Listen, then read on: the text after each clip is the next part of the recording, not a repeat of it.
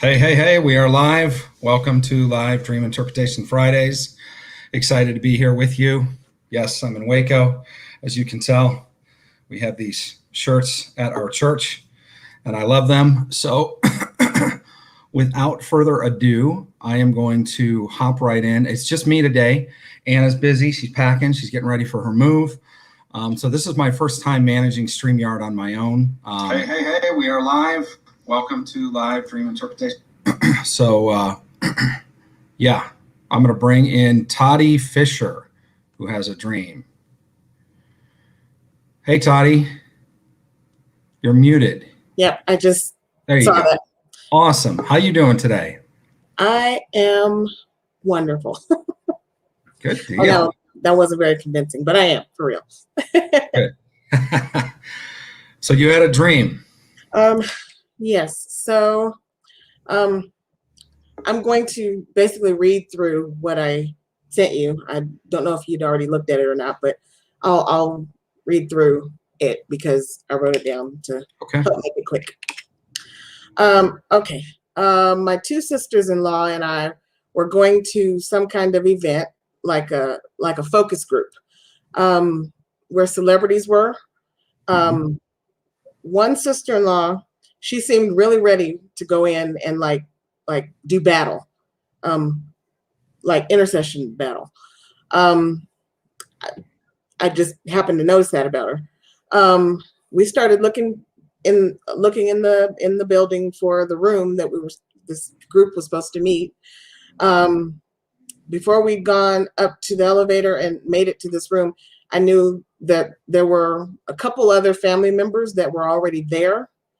I just had that sense, had that feeling.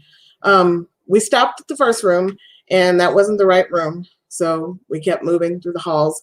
The halls looked kind of old and like tattered for the inside of a building. We took an elevator ride up and got off the elevator, right floor. We went into this room where the meeting was, and one sister-in-law with me, she said, "Oh yeah, this is the place because there's Jerry," as in Seinfeld. We walked around this. It was like a sectional couch set up. They were like in a circular fashion, so kind of like a big, kind of rounded sectional. I guess like two big pieces really, and they were set up to where it was like a oval type. And so she noticed Jerry apparently from the back because he was sitting on the side where his back was to the entrance of the room. So, but anyway, she said, "Yeah, this is the place because there's Jerry." So we walked around the sectional. She stopped and shook his hand and patted his shoulder. I commented that I didn't know Jerry was at this event, but I recognized somebody else that was in the room, sitting, on that couch thing too. She smiled and waved, sat down opposite side of where we were gonna sit. The sectional couches were like old style couches. Don't know why I noticed that, but they were. So anyway, the one sister-in-law that was glad to see that we'd made it in because Jerry was there, she seemed to be really excited and enamored, by this whole experience. I could tell that this was going to lead to me somehow getting involved with this industry if I had liked it or just acted normal or just been myself, because it just would have been kind of an inviting thing. Anyway, the person that I noticed, that I knew, was a lady. I don't know who she was, but she smiled and she said, "Oh, I knew you were going to be here, or I hoped you'd be here." And I just kind of was like, I smiled because I like I said, I didn't know who she was, by name or memory of a name. And she said, I did really listen to the voicemail I left you. And I just remember having the thought, Lord, I don't want to work in Hollywood. And I woke up. Wow. So you're going to be a movie star, huh? I don't think so. You and Jerry Seinfeld with your own show? That sounds promising. I like it. My mother does have connection with him, but I don't think so. So initially when you went into the building, you said you were with your sister-in-laws. Mm-hmm. And what kind of building was it?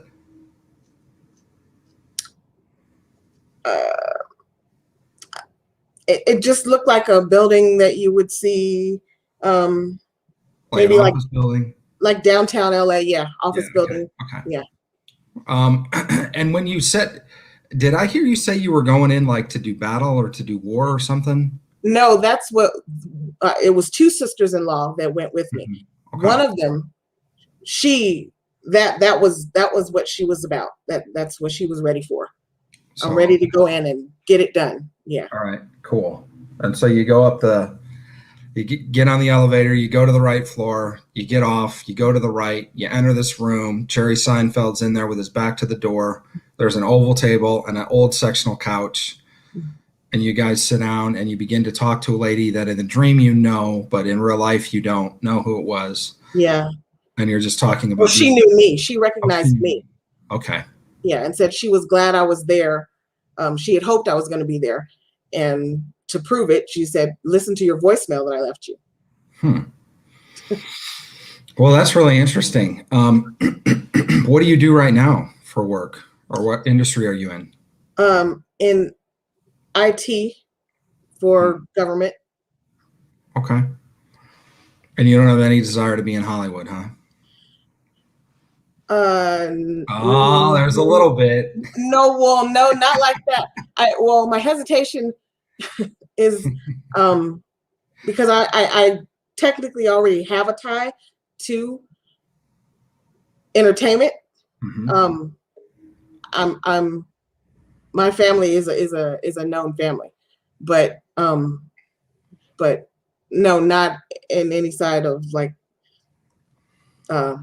in front of the camera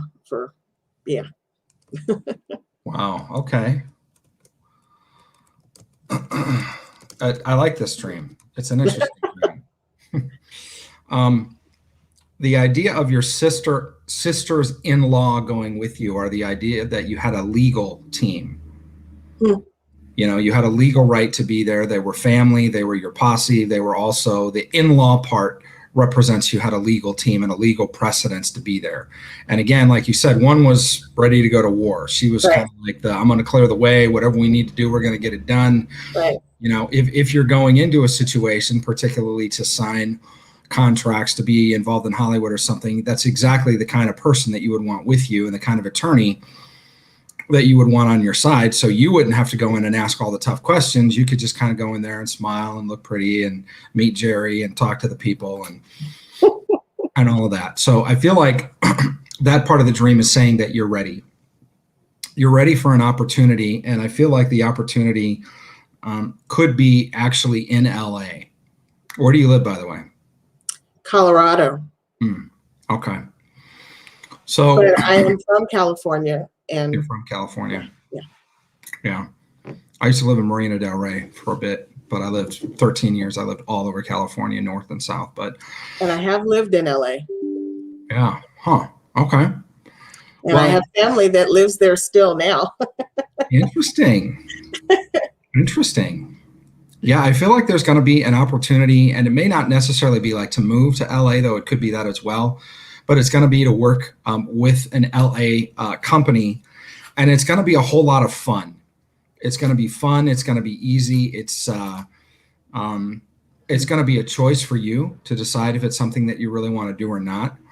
I feel like Jerry Seinfeld represents the idea of fun and humor and funny, and most people would want to work with him just because of his persona, because they think, wow, what a blast to work with that guy all day long. So I believe that's what he represents in it, is he represents fun and amusement and just kind of a good time, a pleasant work environment. The oval table is interesting. a round table may signify like unity. An oval table may signify things out of balance a little bit, which may mean that you help bring those things in balance. But it's also interesting because they're looking for somebody else on their team, and clearly they want you because you're there. You brought your team with you. They had called you and left you a voicemail, but apparently that's not why you're there, because you didn't even get the voicemail. Right.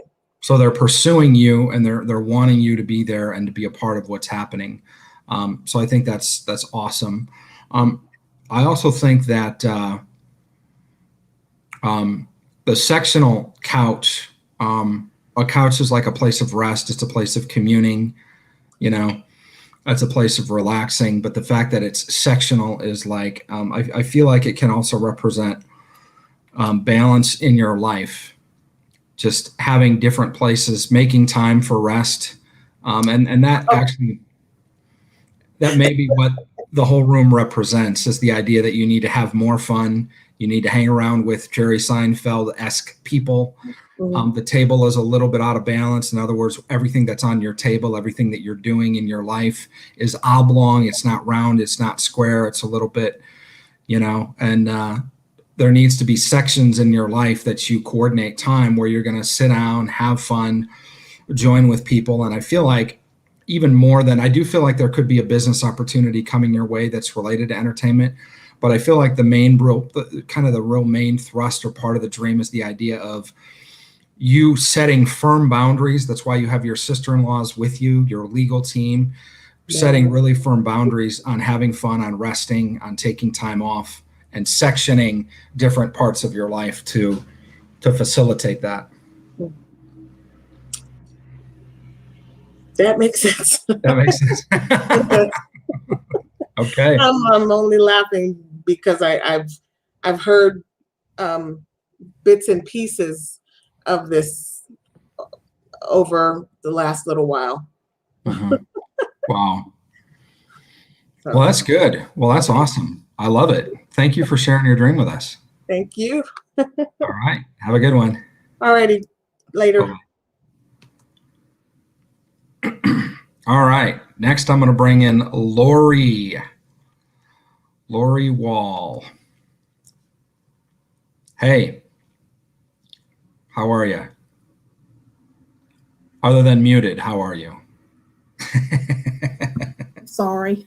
That's okay. I love that look in people's eyes when they realize they're muted. They're like, oh, what do I do? Oh, no. I have a really short one that's my son's, or I have a not super long one that's mine. So I'm going to let you choose which one you'd rather do. Well, let's do the sons, and then you can stay in the back in the studio. And if we have time, we'll come back and do yours too. Okay. So my son dreams a lot, and his are short. So his are just a little bit easier. How old is he? He is 9. All right. Yeah. So he said that I wanted to bring him in, but he's out playing. He said that he was out in the front yard playing and Thor was there. So the Marvel character Thor. And there was a little girl coming up the road. She had blonde curly hair. He couldn't make out her face. She was wearing a sweater and tight jeans. And then all of a sudden, millions of tires started coming up out of the ground. But they were like, they had mouths on them, and he knew they were bad. So Thor started throwing sticks at them. Sticks. I don't know why. I've asked why he didn't use the hammer, but I'm just telling you what he said. And then after Thor threw all the sticks at the millions of tires, he vanished, and the king of all these tires came up out of the ground, and he was enormous. And Brandon was scared and didn't know what to do. So he ran and found a machete and stabbed it and busted it, and they all went away. Wow. I love this dream. This is a very, very powerful dream. It's a dream of identity and destiny for your son. Okay. And it's important that he hears this when, you can play it for him later or whatever. Yeah. I did kind of think it was, and I told him that, but I'm glad to hear that you agree. Yeah. Well, I'm glad I got it right. So, but yeah, it's the idea of literally standing with what we call in spiritual intelligence mentorship, dread champions. Thor is a dread champion. He's the kind of person that would go in front of an army. You think of David and Goliath, they send out their strongest man, or you think of Achilles in the movie Troy. They send out the two strongest men, one from each army. They fight. Whoever wins the day. Instead of killing hundreds of thousands of people, they just decide, well, if you guys win, we'll serve you. If we win, you serve us. Right. So he's out there with that kind of a person, a known warrior. And while he's there, this enemy literally comes up. There's literally a ground swell. It's an enemy that's coming out of the ground. So it's been a hidden enemy. It's a covert enemy. It actually could have to do with, I don't know how deep I want to get, but if depending on how woke you are, there's certain elements in our country that live underground. Underground military bases. There's things that are underground. The term underground itself means certain things. But what's happening is those things are about to be exposed, and they're coming up to the surface. They're surfacing. They're things rising to the surface. The idea that their tires are really interesting. Tires in particular don't sound particularly scary. Right. But they're tires with mouths on them that, like, I suppose could bite you or something, right? Yeah. Well, I asked him, I said, so why were you scared if they were just tires? And he said, because they were scary. So like I had thought like demonic. I mean, I don't know that they were, but like that was the way all of his dreams he feels are scary. So he views all of them as scary. And I've tried to talk to him about how I had the revelation through you, that all dreams come from God. So there's a message there. And so you don't have to be scared of them. I said, look, you were victorious in the dream. You were able to defeat the king of all of them. There may have been millions, but you were able to defeat the king, and then they all went away. So I don't know that they are demonic, but that was kind of what I thought. Well, tires are black, typically.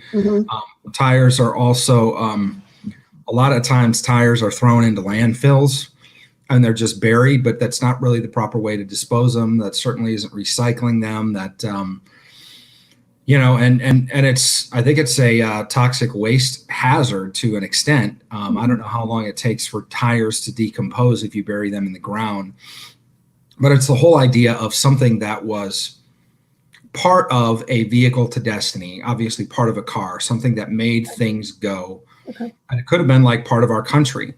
And, the people that are considered what some refer to as the deep state are people that have been involved in an administration like the prior administration, and their holdovers from that administration into the new administration. And they don't really recycle those people well. They just kind of stay in their positions. But if they have the views that the last administration has, they can coordinate and cause trouble for a new administration. That's a real basic idea of what people talk about when they talk about allegedly the deep state. Now, I know it goes deeper than that, but the idea is that it's underground. It's people who are entrenched in positions that nobody knows about. Okay. And so it's the idea that tires, we didn't really dispose of them properly. We just dig a hole and throw dirt on them, which is not really what you want to do. And if you continue to do that at some place, there's probably going to be a hazard there. It's going to be hard to use that land. You're probably going to have to dig up all those tires if you want to build a building or a subdivision and dispose of them. And so it hasn't been properly dealt with. Mm-hmm. But they were part of the system at one point. They were part of making things go. They were part of the vehicle to destiny, whether it was for the country or for a corporation or for an individual. And basically they haven't been disposed of properly. And now they're literally coming up, they're surfacing, they're coming out of the ground. Imagine like a landfill that had a deluge of rain. And now there's all this junk that's just there and it's unseemly and unsightly. But these are things that actually have a personality to them. They're demonic in a sense. And they're coming up to attack the people that are there. Well, who's there but Thor and your son? But I think what's really interesting is the fact that Thor decides to throw sticks at him. When you said that, I had a picture of, remember, like, and there's pictures of like back in the day. I mean, like back in the early 1900s, 1800s, people would have like a bicycle tire and they would have a stick and they would like hit the stick and the tire would roll and they would play this game with it. And I felt like that's what Thor was doing. Thor was playing by throwing sticks at tires. He's really playing with them. Like, why didn't he use his hammer? Why didn't he slam his hammer on the ground and blow them all up or whatever?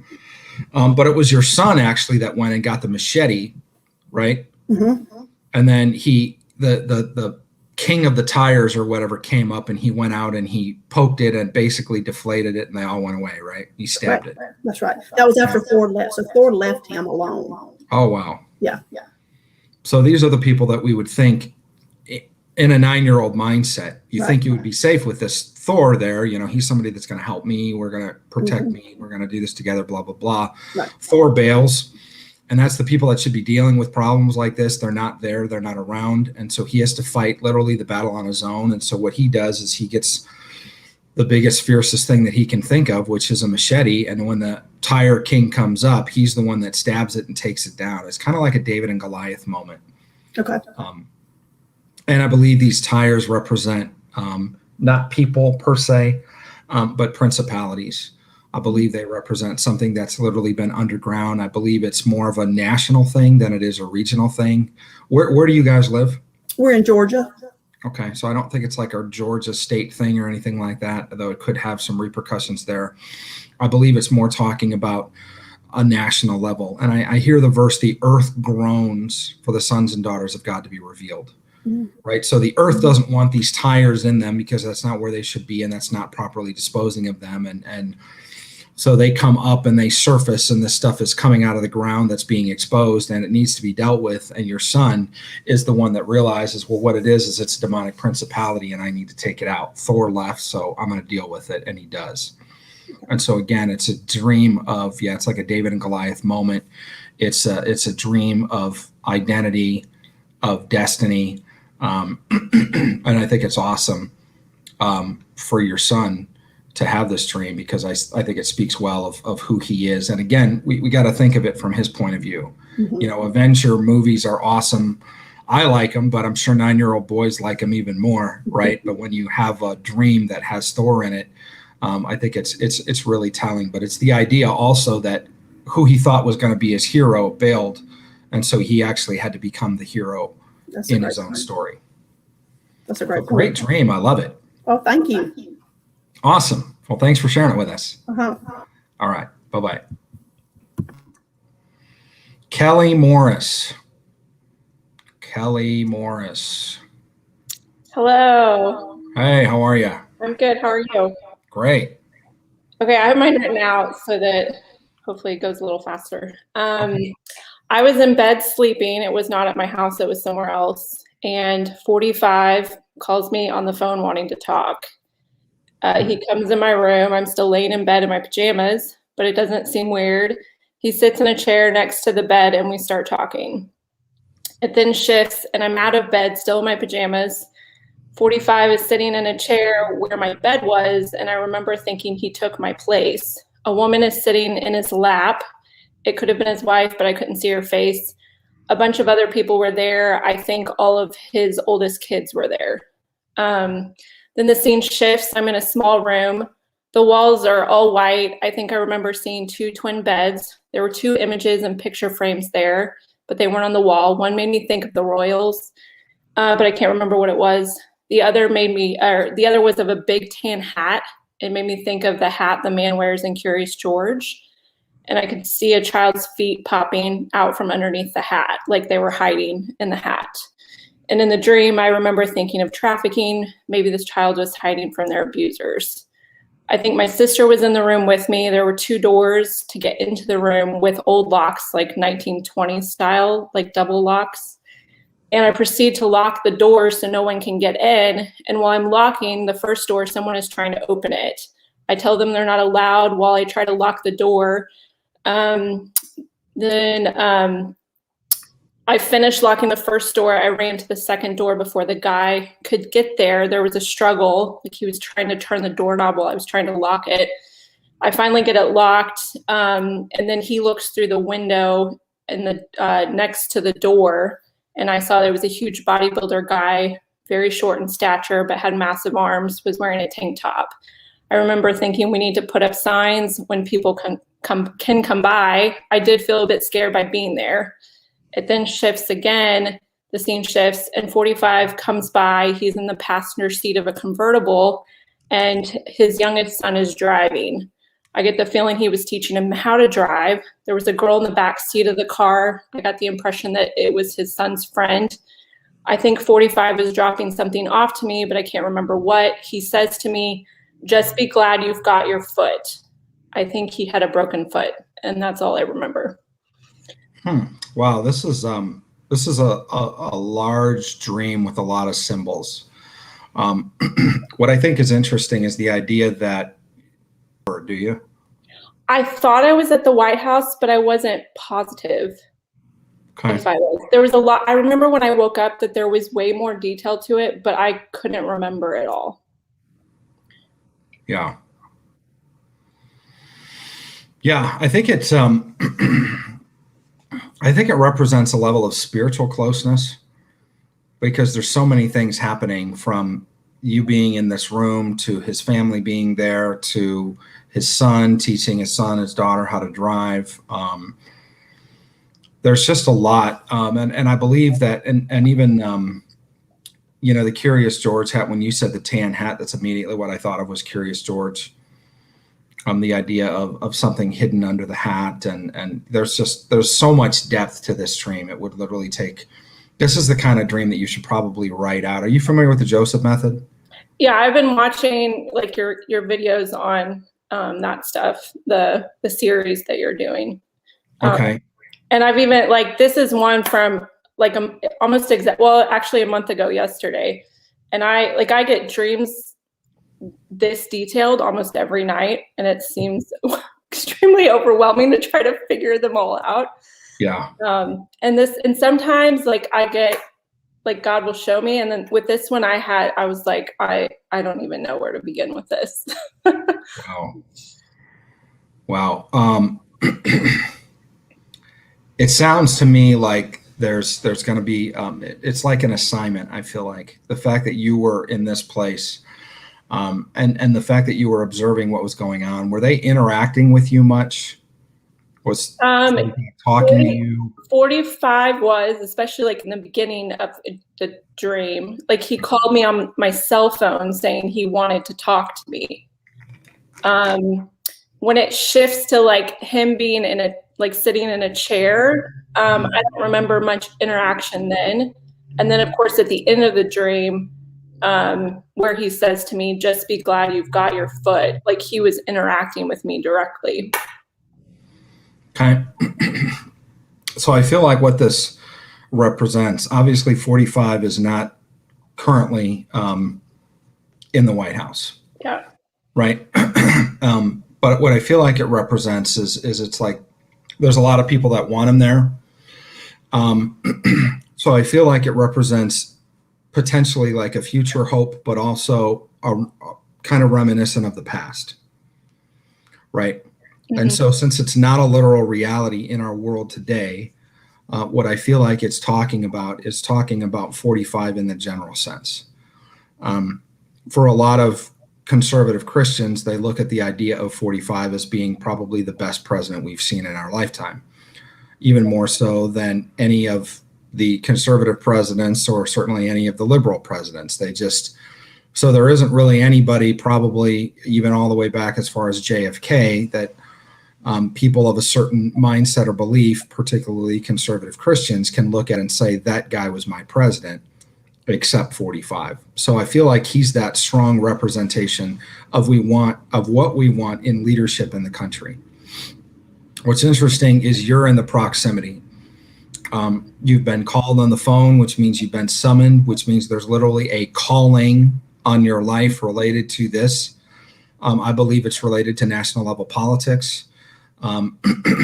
It could be as simple as intercession and possibly advising, because you're in the room and you're in the room with family too. So it's not just a kind of a work role, but it's also a role of familiarity, of being comfortable with, if he's going to bring his kids around you, it's a different level than if you're just going to be in the Oval and you walk in and he says, what do you think I should do with economic policy? That's an advisor, right? So an advisor, that's also a friend. So I believe that this is a calling, and what God is doing is he's beginning to prepare you for being one of those people that could literally stand before kings. Not only stand before kings, but be comfortable in their presence, be comfortable in the presence of their family, and be around as life is happening, is teaching his son or daughter how to drive. There's people walking by, there's family in the room.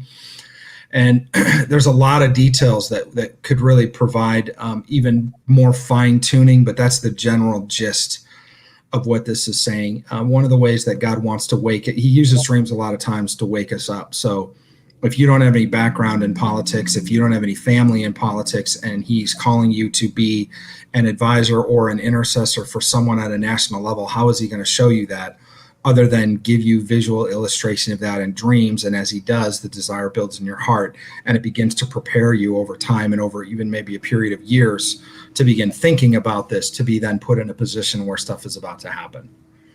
So that's the purpose of the dream, and that's what the dream is. I believe it's foretelling, is the idea that you're going to have a place in national level politics. I believe it's foretelling, meaning it's down the road. It doesn't really have a time frame according to the symbols of the dream that I see. But I feel like the actionable intelligence is to begin to get ready for that. Okay. And part of that is learning how to stand before kings, understanding things like favor and honor. If you're into dreams, maybe being a part of our spiritual intelligence mentorship, just because we talk about those things and interpreting dreams of presidents, of people in positions, understanding the call of a Joseph or a Daniel and what that looks like from a practical standpoint. Yeah. So does that resonate with you? It does. Like, do you have any, like, what the foot thing could be? Any idea on that? I thought that was weird that he would say, be glad you've got your foot. Yeah, that's really interesting. Honestly, what it reminds me of is when Biden broke his foot. Ah. And there was, it's so hard a lot of times to know it's even real anymore. Yeah. But there were pictures of his one foot in a cast, and then there were other pictures of his other foot in a cast, and then it's just the idea of limping, of being disabled to some extent to perform fully or to fully move into the purpose and destiny that you have. That's what a broken foot would represent. Yeah. And I think you can look at Biden, or a lot of people can look at Biden, and just the way that he does a press conference, you can make that assumption and say, I'm not sure that he's fully ready to step into the position that he's assigned to. Again, no judgment on the man. I'm not saying good, bad, or anything. I'm just saying there's a lot of people that feel that he's literally kind of limping through office right now. Yeah, that makes sense. And so I think what he's saying is at least you're fully prepared and you're fully able, literally saying you're fully able to walk into the destiny and the identity and the destiny that God has for you, which is this role as an advisor or a principal or a intercessor type of person in somebody of that level's life. Yeah, that makes sense. Awesome. Thank you so much. Cool. Thanks for sharing, Kelly. Have a good day. You too. Richard. Can you hear me? There we are. Can you hear me? Yeah. How you doing? Okay, good. Thanks for taking my call. Absolutely. I started dreaming again. I've been praying for a certain ministry person, and it's interesting some of the things that have been spoken already, because I cannot say that I've ever had a dream where I was looking at people that were in like the Knights of the Round Table kind of setting. But Okay. I was looking down, so I was up on like a tower or something, and I was looking down, and I could see a lot of chaos, a lot of people talking and what have you. And as I was looking at them, I was wondering, well, what are they doing? And then suddenly I understood that they were going to make a selection. And so then I heard them say that I had been selected to kill the dragon. And my first thought was, I don't even remember ever running for that. and the other thing was, I guess normally I would have felt not completely confident, but at the time they said that, I was, as soon as they said that, I started to sharpen my sword, and then I woke up. So it was like a setting like the Knights of the Round Table. Yeah. And there was a group of men there, and all of a sudden you felt like they had voted you to go kill the dragon. Right. And you were like, I didn't even know I was up for this position. But as soon as you got the word, you started sharpening your sword. Yeah. That's a great dream. That's an awesome dream. I feel like you've been in a place, either you've been in a place or you're entering into a place of camaraderie, brotherhood, and community. That's what the round table represents. And you're going to have a place at the table. In fact, not only will you have a place, but you may have leadership at the table, leadership in the warrior sense. And they're going to ask you to do some things that you may not initially feel qualified or comfortable doing. And you say, like, well, I didn't even know I was in contention for this position, but you're going to take it on anyway. You're going to get ready. And the actionable intelligence is, I believe that what it's talking about is being, again, the theme of warriors and dread champions comes up, you know, in a lot in our community. But when you're looking at, you know, like the movies or something, when they send out a knight to fight a dragon, they typically send out one guy. You know, and it's the knight that goes to slay the dragon, right? Climb the tower, slay the dragon, rescue the princess, that kind of a thing.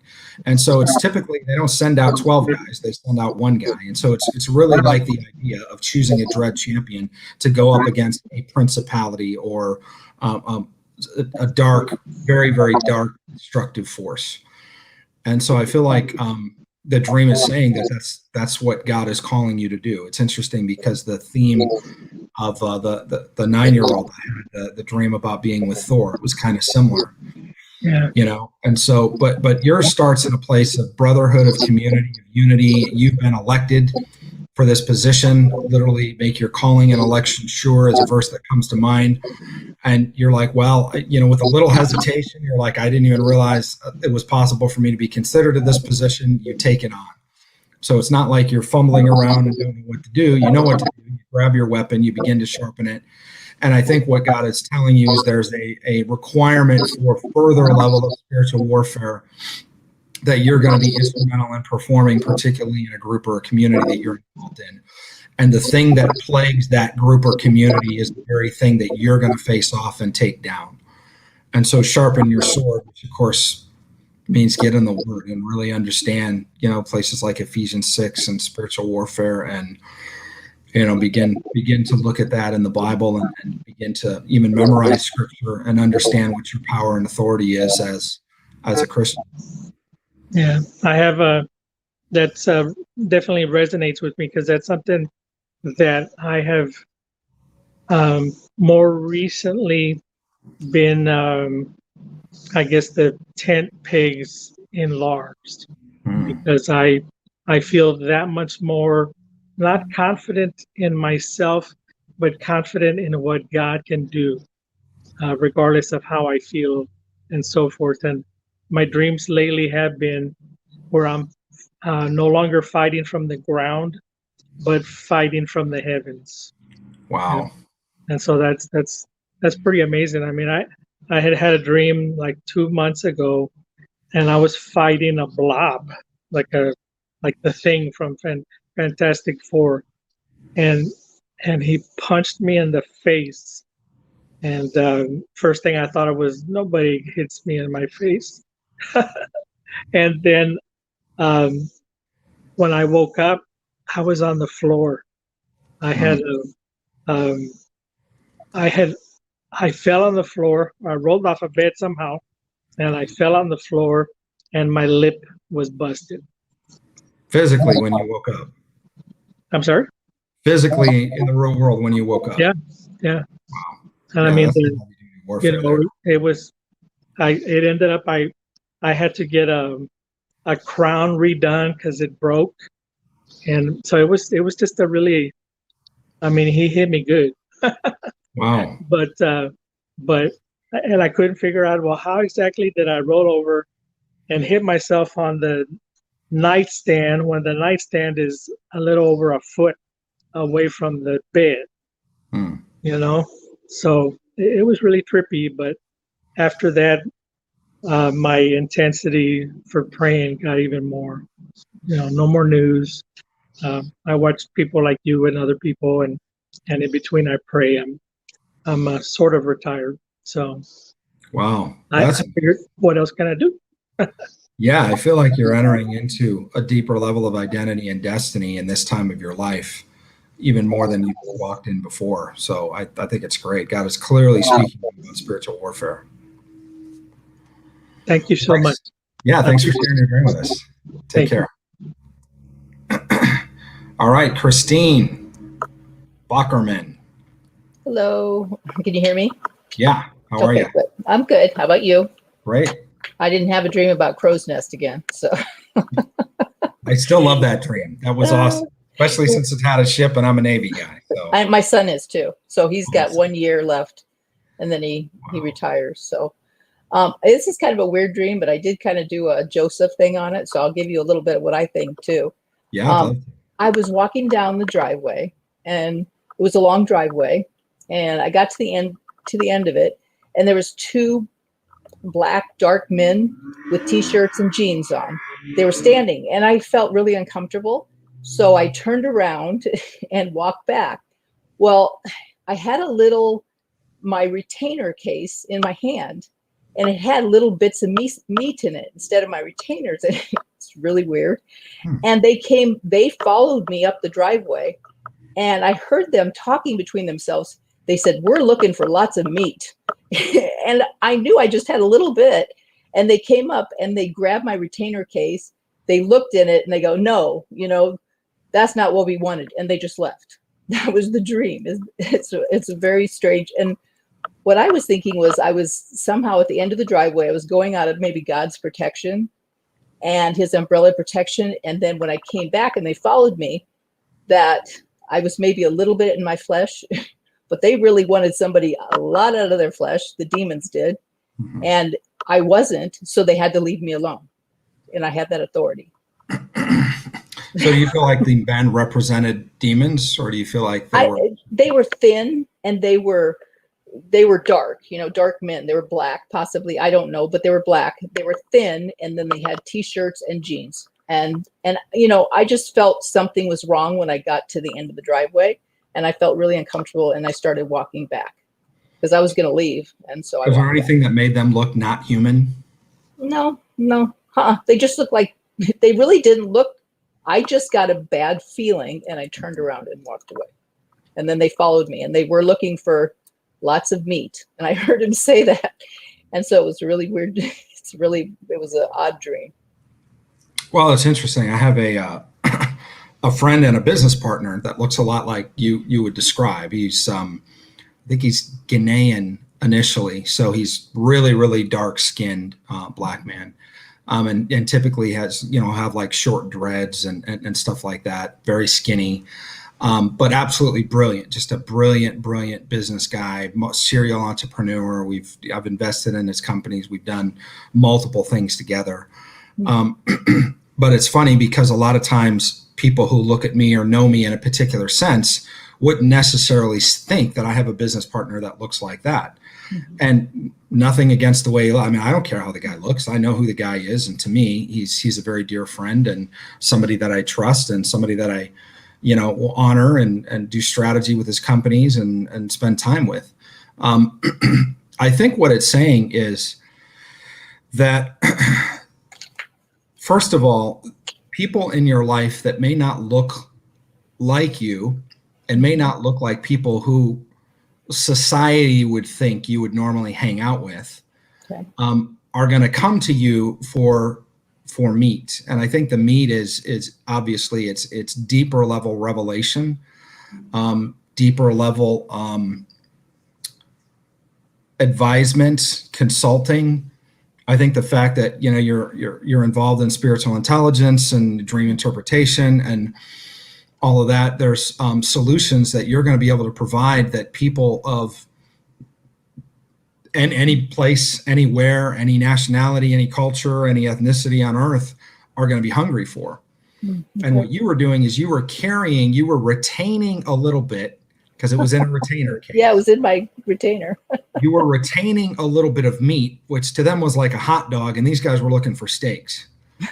And so initially, as you're walking to the end of your driveway, which means they're close by, Mm-hmm. or literally at the end of your property line, you walk to the end of your driveway and there's these people. And initially you had a feeling that gave you pause, which may mean there's a spiritual thing where you're discerning in the spirit, okay, these people may not be like me, meaning they may not be Christians, they may not be saved, they may not whatever. So you're discerning something in the spirit. So you have a pause of like, well, I don't know if these are the kind of people I want to hang out with, if these aren't men that are saved and godly and, and all of that.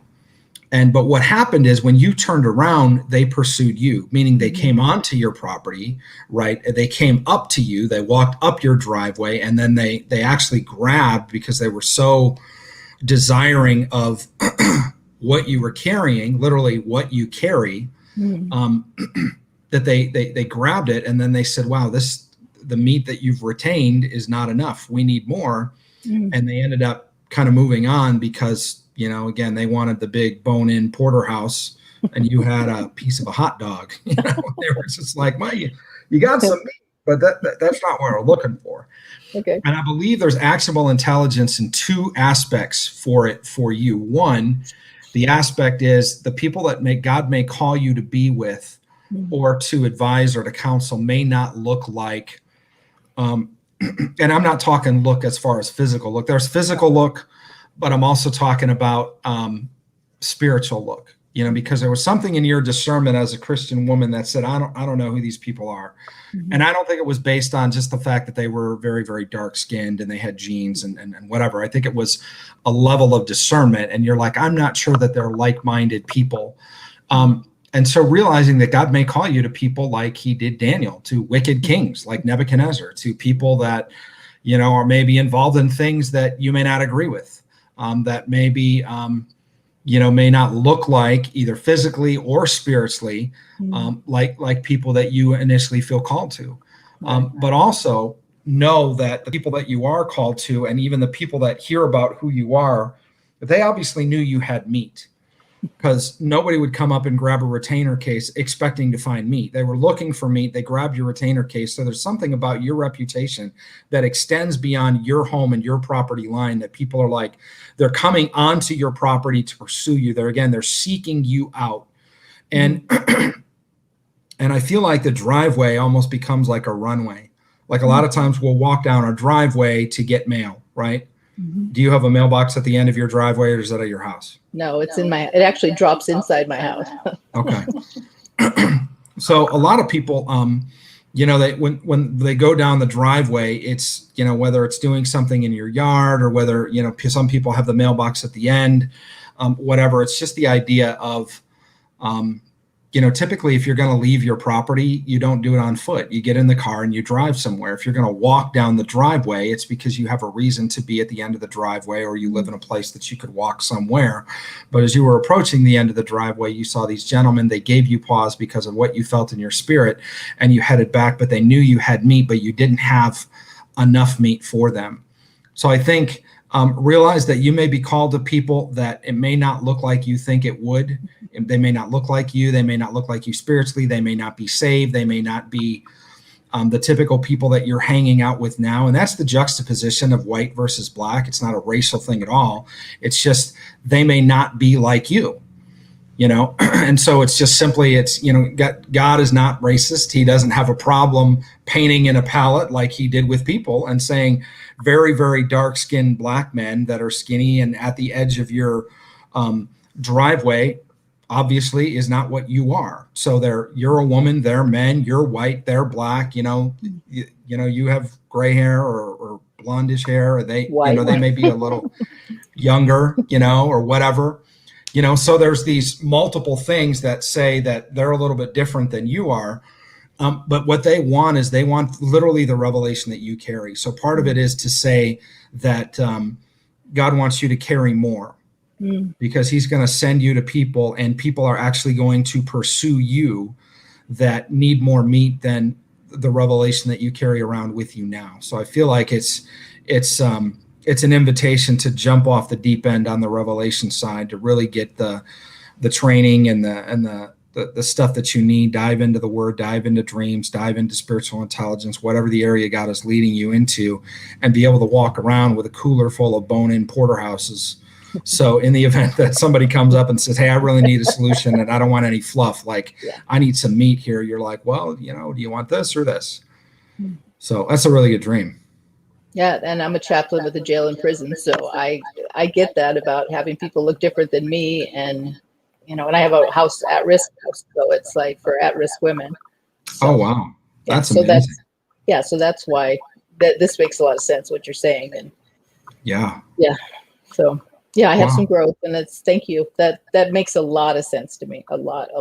But I couldn't quite. I tried to do the symbols, but I was like, I don't know, maybe it's flesh, maybe I'm in my flesh. I mean, that was what I was thinking. So anyway, well, thank you. Well, and the so idea too of the meat and the retainer case is like it's what's left over from your mouth. It's like what you've chewed on, and what they want is more. So they want more than what you're chewing on, and so part of sharing carry is for you to be able to digest more, so you have more to give away. So again, I feel like God is just saying, go deep, really dive in, get the revelation, get the meaty stuff. And when you're with people, whether it's the women in the women's home or people in prison, don't be afraid to bring up dreams, and to be able to share with them and say, hey, have you had a dream lately? How can I help you? And begin to serve up those solutions and those heartfelt issues that they really have questions about. Thank you. That's awesome. Thanks for sharing, Christine. Thanks. Bye. All right, Holly Schneider, are you with us? There you are. Oh, yay. Okay. I wasn't sure how to get in. Can you hear me okay? Yep. Sounds great. Awesome. John, thank you so much. I'm so blessed by you sharing your gift with everyone. And I've always been a dreamer, but just started writing down my dreams about 3 months ago or so. And I've started to notice a pattern of shopping in my dreams, and usually very specific items. But what popped up for me, a very short fragment the other day that stuck out to me, was a number that popped up. And in this dream, I was at a grocery store, and there were other people there. I didn't really recognize anyone, but when I got to the cash register, the cashier needed something from behind the register. And there's plexiglass in a lot of stores now because of COVID. There was plexiglass there, and I reached behind the plexiglass under the cash register and got something for her, but she didn't seem pleased that I invaded that space to help her. And then she told me that my total was $333.33. And I panicked a little bit, and I looked at my cart, and it wasn't just groceries. I saw a pair of pants kind of flung on there sloppily. It was stuff that didn't really make sense for grocery shopping. I can't remember everything on there, but I remember seeing pants going, that's weird. But I panicked thinking, my husband will not be happy that I'm spending this much money on a grocery trip. And that's all I can remember from that fragment. But the number really stuck out to me because it was all threes, 333 and 33 cents. Awesome. What is that verse?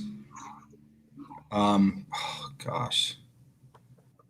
Is it Amos 3:33 or 33:3 or Isaiah? I can't believe I forgot this one, but I think it's call unto me and I will show you great and mighty things that you do not know. Is that right? Does that resonate? I don't know. Somebody help me here. I don't know why, for some reason. It's a very, very famous Jeremiah 33:3. Thank you, Shalina. And if somebody could post what that says so we get it exactly. I felt immediately the reference to scripture. And I felt like it's, first of all, it's something that's happening in daily life, right? You go to the grocery store. It's not a particularly profound moment, but you're shopping, you're picking up things. Do you remember what you had in your cart or how much you had in your cart? to me, I remember thinking in my head, it shouldn't be more than $200 worth of groceries, but the pair of pants stuck out to me. There was a pair of pants just kind of thrown onto the cart with all these groceries. I don't really remember the other groceries. Okay. All right. Well, I think God is speaking to you about that number in particular, and I think this reference is a start, but I think you also need to look into 333, just in general. It's literally a trinity of trinities, as some people would say it. Yeah, that's what I thought. It's call to me and I will answer you, and I will tell you or show you great and mighty things which you do not know. Absolutely incredible. Again, it's learning things that you're not familiar with. I love what RC says here. Triple threes are learning what you do not know. Also, John 3:33. Somebody look up John 3:33 and tell me what that says, if you would. Yeah, Jeremiah 33, calling to me and I will answer you and show you great mighty things that you do not know. So again, this is the idea of spiritual intelligence. It's the idea of dreams, I believe. But it's also the idea of something that you may pay a price that may cost you more than you thought. Pants represent authority. Not like the sisterhood of the traveling pants, but more like, wearing the pants. Who wears the pants? There's always that kind of phrasing. And it represents authority, and in particular, positional authority. So not only were you buying food that was going to sustain you, there was a pair of pants that were thrown on top. Pants also represents, in a spiritual warfare perspective, if you think of, wow, just what I was going to say about truth. If you think of, in particular, Ephesians 6, right? You gird your loins with truth. That's so John 3:33, he who has received his testimony and has set his seal that God is true. Another version, YB brought up, thank you, Laurel. Whoever has accepted it has certified that God is truthful. So pants are authority, but authority based in truth, right? And the authority that you have, that you would carry, that literally that you would wear with you, because you're buying them to wear them later, right? Is something that may cost you more than you think. But also it's going to be more than you bargain for, because he's going to show you great and mighty things that you do not know. And great and mighty things aren't $200. They're a lot more. So even though it's $333.33, I think it's going to be more than you bargain for. It's going to be something that you wear literally as part of your identity. It's going to be truth. It's going to be authority. And it's going to be something that is going to serve you well, but it's literally going to take you farther, and it's going to show you more than you thought. And so the actionable intelligence is pay the price. Now, what was the part of you reaching around the plexiglass? I cannot remember what the cashier needed. She was having trouble getting to something underneath the cash register, and I reached around and grabbed it to hand it to her, and she was not happy with me kind of invading that space. And I kind of took it as just, with the post-COVID world of everything, we have to stay apart and can't get near each other. And I knew I wasn't masked in the dream. Wow. Okay. So I feel like it's not even about the COVID thing. It's about literally you're going to have the ability to invade somebody's space, because you're going to be able, it's plexiglass. There's a shield there. There's literally a boundary there. You're going to be able to see past the boundary and to find literally what it is they're looking for, and to be able to reach in and to provide that for them. Some people may feel like they've been violated a little bit. But particularly, I feel like it represents the prophetic gift in your life. Oh, interesting. And that's part of the great and mighty things that he's going to show you. It's also part of the pants being a level of authority, and about girding your loins with truth. You're going to be able to see the truth. You're going to be, I know the word is so overused, but spiritually woke more than other people, because you're going to be able to see. you know. So yeah, I think it's a good dream. It's about identity and destiny. I want to point out, because you use the word woke, I work in higher education.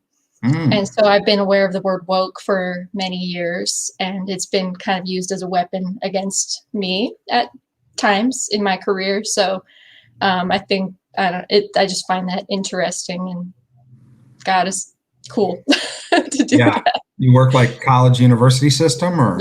Yes. Awesome. What are you, a professor or? Adjunct.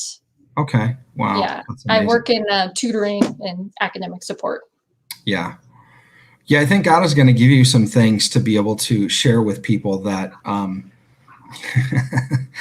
may not necessarily be well received, but will certainly help them. That's kind of the feeling I got with the invading the space of the cashier. You know, there's a barrier there, which is a false barrier. It can be like the barrier, like, well, you're not allowed to talk about God in the college system, which is a false barrier. It's not constitutional. It's BS. Everybody knows that. But you're going to be able to see what they need, reach in and provide that. But they're going to be like, you crossed the barrier. You're like, I provided what you needed. Like, stop your whining and take my money.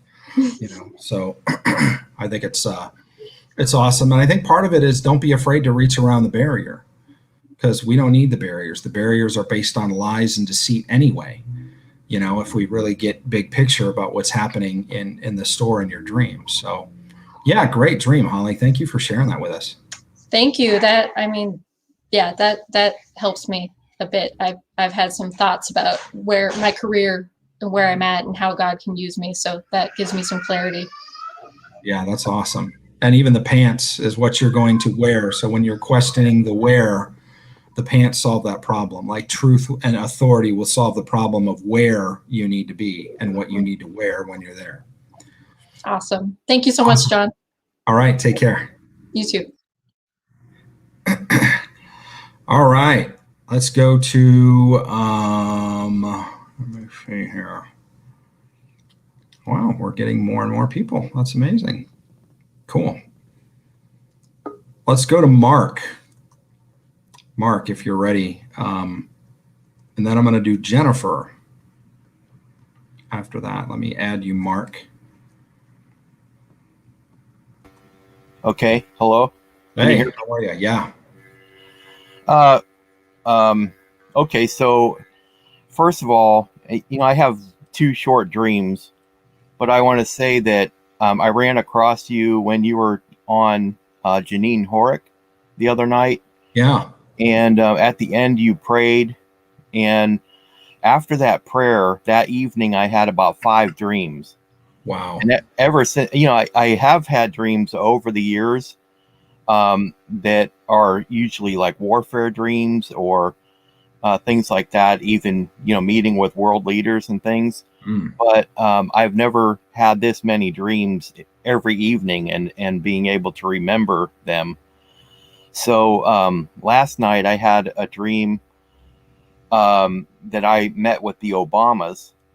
And, I found that kind of unusual because I didn't vote for, Barack Obama when he was in office. I did have dreams about him when he was in office. And, I don't agree with the politics there. But the dream that I had last night, it was like I had peace and I had the joy of the Lord, and I felt love towards them. And I sat down to meet with Michelle Obama, and then Barack came over to me and leaned over and began praying with me. And I remember that his words were, he had words in the prayer that I distinctly remember. It was an actual prayer that was being prayed in the dream. But when I woke, I couldn't remember what the prayer was. But that was a very short dream. That was it. And the other dream. Well, let's start with that one first. Where were you in the dream with the Obamas? I don't remember what the location was. I was just, just with like sitting down with Michelle, and I don't know where it was. So you're sitting with Michelle, and then Barack came up later? Yeah. Wow. That's a fascinating dream. I think it has to do a lot with like the dream that we just did a little bit before this. And it's the idea that, you may be ministering to people that might look or think different than you. Particularly from a political standpoint, when we thinking, a lot of conservative Christians, when they think of standing before kings, everybody wants to stand before Trump. Well, what if God calls you to give a prophetic word or a dream interpretation to the Obamas or to Biden or to, a communist dictator of another country? Would we do it? And I think a lot of times when we think of standing before kings, we kind of fantasize the idea of meeting our political heroes versus realizing that everybody in creation is a son and daughter of God, and God cares and wants to encounter them, wants them to have an encounter with him, wants them to have their dreams interpreted as much as he does the people that we like and we think like us and embody more of what we feel like we want the country to look like. So it's super interesting because Barack Obama has been coming up a lot in some of the things that we've been doing in spiritual intelligence. So I believe that there's still a purpose and a destiny for him. I do think he has some choices that he needs to make.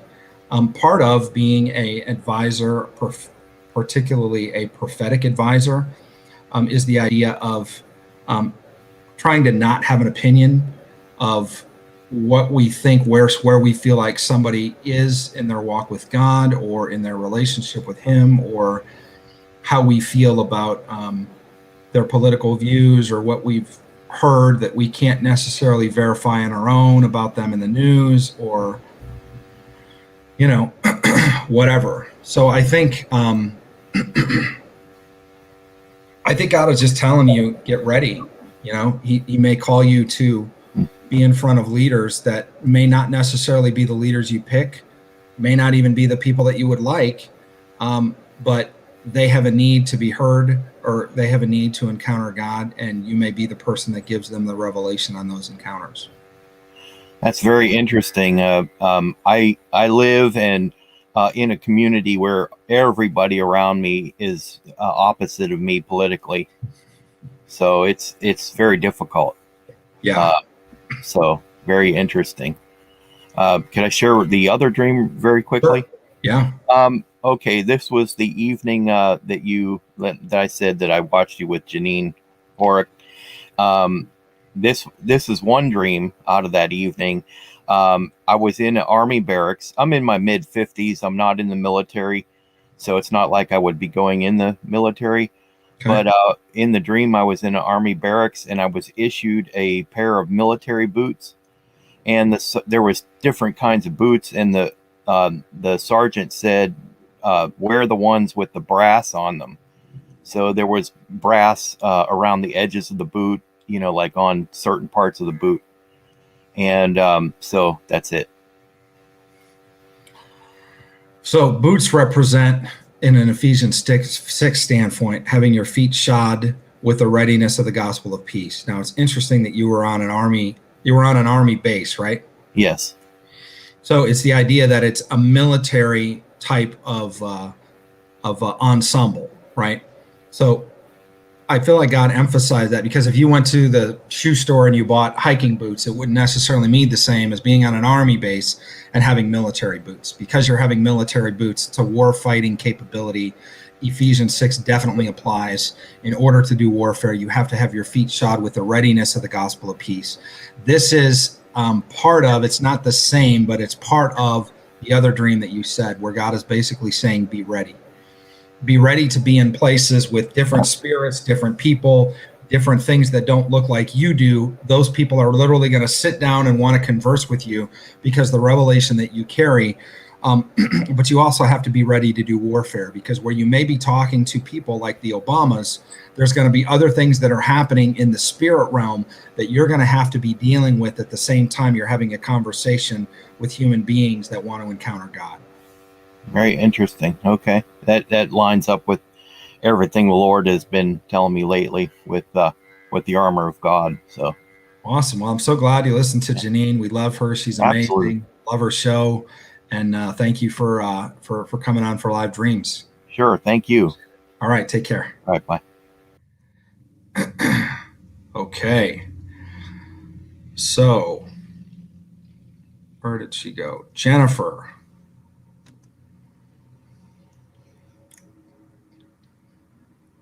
Oh, hold on just a second here. I hit the wrong one. There you are. I was like, that doesn't look like me. Uh-oh. There you are. Nice blue shirt. You got the blue Thank shirt you. memo. Good job. I do, yeah. Well, I posted this in the Dream Lab, but still really get much of a feedback, and I still feel like there's so many different odd ends and pieces to it that it just doesn't seem like to have a collective feel. But Have you ever thought of just sending me a dream directly? well, I mean, I could. I'm just kidding. I'm just kidding. Jennifer like lights me up on Facebook Messenger every day with it's awesome. And it's okay. Sorry. It's okay, but it's kind of a joke. Like, Well, I mean, yeah, well, that's why I made a joke before saying that, I don't have short dreams. So I know, right? I don't. I really don't. This is actually a short dream. So A short dream. Okay. yeah, So it is. like It an is hour short. long or 2 hours? What's the short? Like 5 minutes, maybe. Wow, okay. All right. So anyways, so the dream starts out where I'm with like a whole bunch of people who have their suitcases. They're ready to go. I have the feeling that we're all ready for Jesus to come back. Mhm. And we're getting ready to board a spaceship. Okay, I've been having a lot of spaceship and alien dreams lately. Interesting. And yeah, because that's really out of the blue for me. So we get in. Well, sorry, we don't get in yet. There's a lady who works for the spaceship. And there's a sidewalk in front of everybody.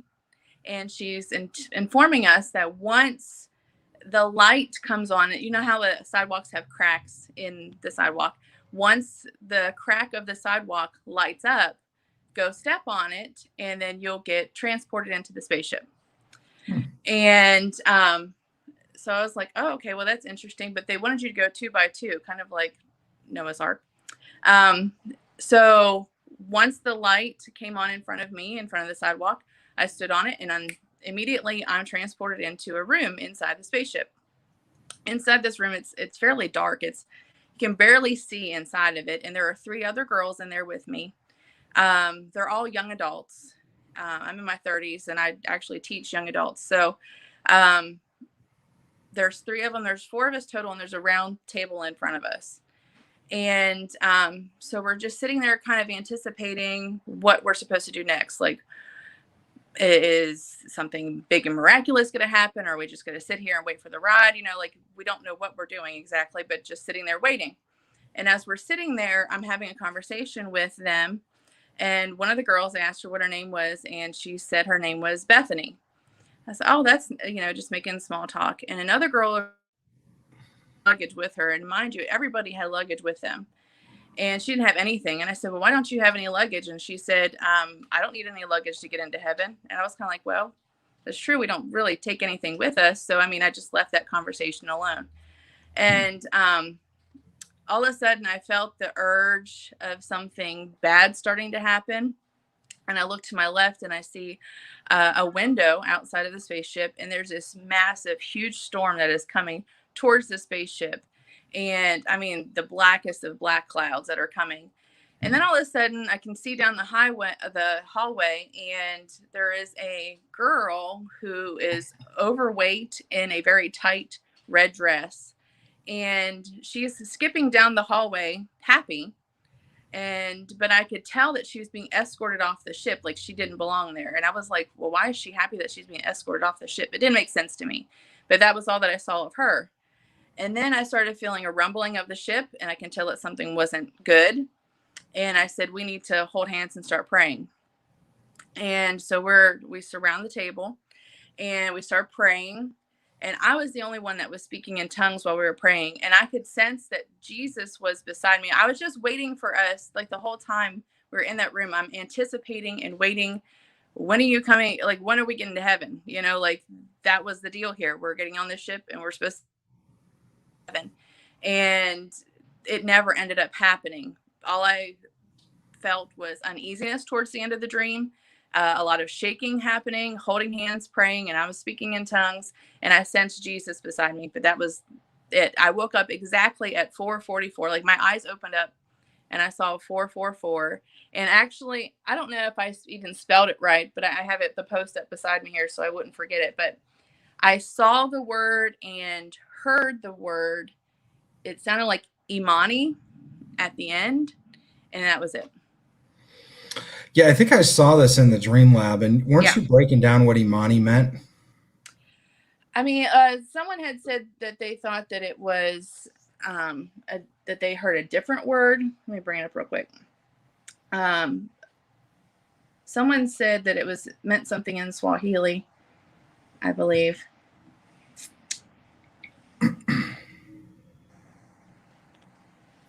That's not coming up real quick. Hold on a second. Someone said in Swahili it meant faith, and someone else said that for some reason they heard the word I'm not going to say it right. Imminent. Yeah, I'm not even going to try to say it. I can see it, and then, anyways, I can't say it. Yeah, I'm not even going to try. But anyways, and I questioned in my mind, is the word backwards? And I tried to flip it around, and it still didn't make sense. So that part doesn't make sense to me at all either still. Mm. Well, there's a couple interesting things. The idea of being on a spaceship and having literally a lighted pathway that transports you to something that takes you higher, yeah, represents revelation, represents promotion, represents literally skyrocketing into a new realm. It could be the idea of being part of a community that is, a lot of times we think of the prophetic, like when we think of airplanes. This is above airplanes, though. This is literally literally going to a whole new world. Mm-hmm. For me, I feel like it represents spiritual intelligence, just because, we've talked enough that I know a little bit about you and what God is showing you a lot in dreams right now. So I feel like that part of your life is about to explode. And as you press into that and you get surrounded with a praying community of people, you're going to be able to dispel the dark clouds and the confusion that comes around that world. But it's literally going to transport you to a different place. It's going to be like a different dimension. I feel like your spiritual life. And this is what we find, Mark, that was just on, they watched one video show of somebody else interviewing me or Anna talking about dreams, and their dream life explodes. Right. Well, if that's the case, imagine what it's like if you're walking with us on a day in, day out basis, practically doing real life spiritual intelligence. Yeah. I mean, it's literally, people are just like, they've made comments like, I just can't even believe what my life is like right now, just because God starts downloading so much information about so much stuff that we didn't know God wanted to talk to us about. Right. And it's just absolutely incredible. Yeah. One of the biggest assignments, and we're seeing a pattern even in this line of discussion today, is the idea that's one of the purposes of spiritual intelligence is spiritual warfare. Mm-hmm. And we are in a spiritual war for America right now. But it's not just America, it's global. Mm-hmm. Your dream speaks to the globalness of the conflict. Mm-hmm. One of the things that 4 can mean, and I feel like it means this in your case in particular, is the 4 corners of the earth. Mm-hmm. And there's 4 of us in the room. And there were 4 of you in the room. Besides Jesus at times when he felt him there. Right. And you woke up at 4:44. Mm-hmm. And there may be a scriptural reference with that, though I don't know what it is in particular. I feel like it might be in Genesis. So Genesis 4:44 or 44:4. I don't even know if those verses exist. But I feel like there's something, because I feel like you're beginning to go to a whole new level, and it's going to be exciting, and it's going to be literally stratospheric for you. It's not even going to be on a different plane, like a higher, I'm at the airport getting on a plane. Well, that's like that's a level of promotion, but it's a level of promotion you're familiar with. Right. You're getting on a spaceship, like we've never been on a spaceship. Right. We don't have any idea where we're going, what to expect, what the ride's going to be like. And so I feel like God is like, buckle up and pray and know that there may be some things like the dark clouds that you're going to have to contend with, and the rumblings and the shakings. You don't have any idea what's normal. We know it's normal when we take off on a plane because we've all ridden on planes, but we don't. Yeah, there's a lot of anticipation there of not knowing how it was going to happen, or like we knew that the destination at the end, obviously we're going to get to heaven, but as far as while we were in that room, how are we going to get there? What was it going to feel like? You know, what were we going to endure? What were we going to see? Like all those questions were going through my mind while we were in that room. Yeah, and it's not even just about like getting to heaven in the end of your life sense. It's Right. about getting to heaven to get revelation now in a very practical, while you're still on the earthly plane, right? While you still live, Yeah. you know, the goodness of the Lord in the land of the living. There's so much more that he wants to bring to you, and part of that is going to this complete other dimension that you're unfamiliar with. Yeah. And of course, why wouldn't God show you that in a dream, especially if it's related to your dream and your prophetic life? Mm-hmm. Yeah. So that's true. awesome. Yeah. Again, it is interesting because, you know, when I had this one, I was like, oh, great, another spaceship or alien type dream, you know, and I just had one not long ago. And I was like, I don't know what you're trying to tell me with these aliens, but yeah. That's really exciting. You know, there's a lot coming out about the release of, I don't know how deep I want to get into this, but I'll ask a question. Consider the idea that aliens actually do exist. Just consider that for a moment. Okay. Consider the fact that that doesn't surprise God at all. Right. Consider the fact that he wants to share secrets like that with his friends. Mm-hmm. If God wanted to wake us up to something that was completely beyond the realm of our own possibility, how would he begin to have a discussion like that with us? Are we going to watch a documentary movie? Are we going to meet a friend that is part of a secret space program? Or would he begin to give us dreams about things that had to do with something way beyond the realm of our own experience? Yeah. I feel like including the name that you heard, or I feel like it's a name, the thing that you heard, the word that you heard waking up. I feel like there's a lot more digging to do in the stream. Yeah. I'm just giving you a very kind of broad perspective because that's all we have time for. But I would press into it and do some more research and find out what that means in particular, and you know, just go down the rabbit hole with God. Yeah, I kind of felt like maybe it was a whole other language. Could be. So, but I don't know. I'll just have to more homework. Yeah. All right. Well, thanks for being on our show and for sharing it with us. Yeah, thank you. All right. Take care. Bye. Bye. Okay. Somebody said, hey, do some of the dreams in the feed, in the comment feed. So here's one.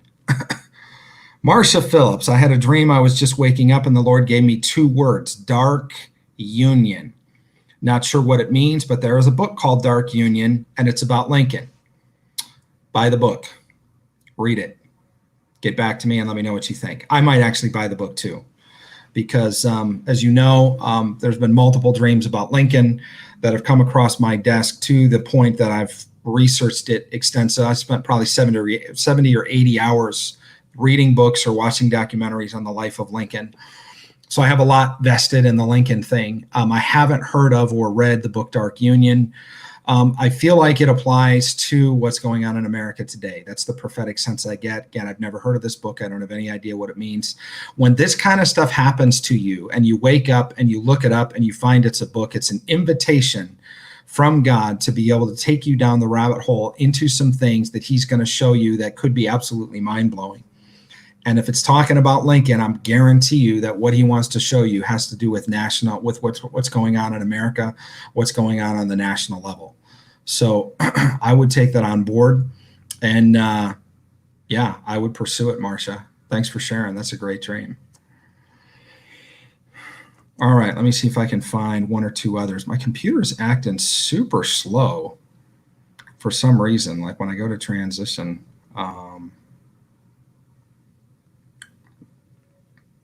All right, I'm just looking through real quick.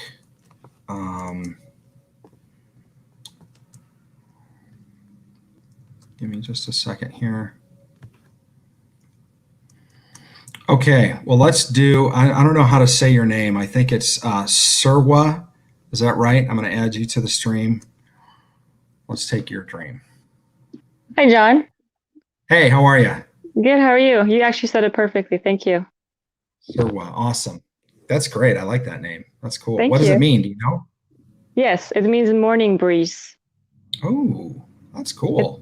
Kurdish from Iran. Oh, Awesome. Well, thanks for being on our show today. Thank you. Thank you for having me on. I'm so excited. So this dream, it's not very long. I had basically in the dream, I was like hired or wanted to start working at the shoe store. However, the shoe store, I was spying. I was there as a spy because there was some shady stuff happening there, but nobody knew.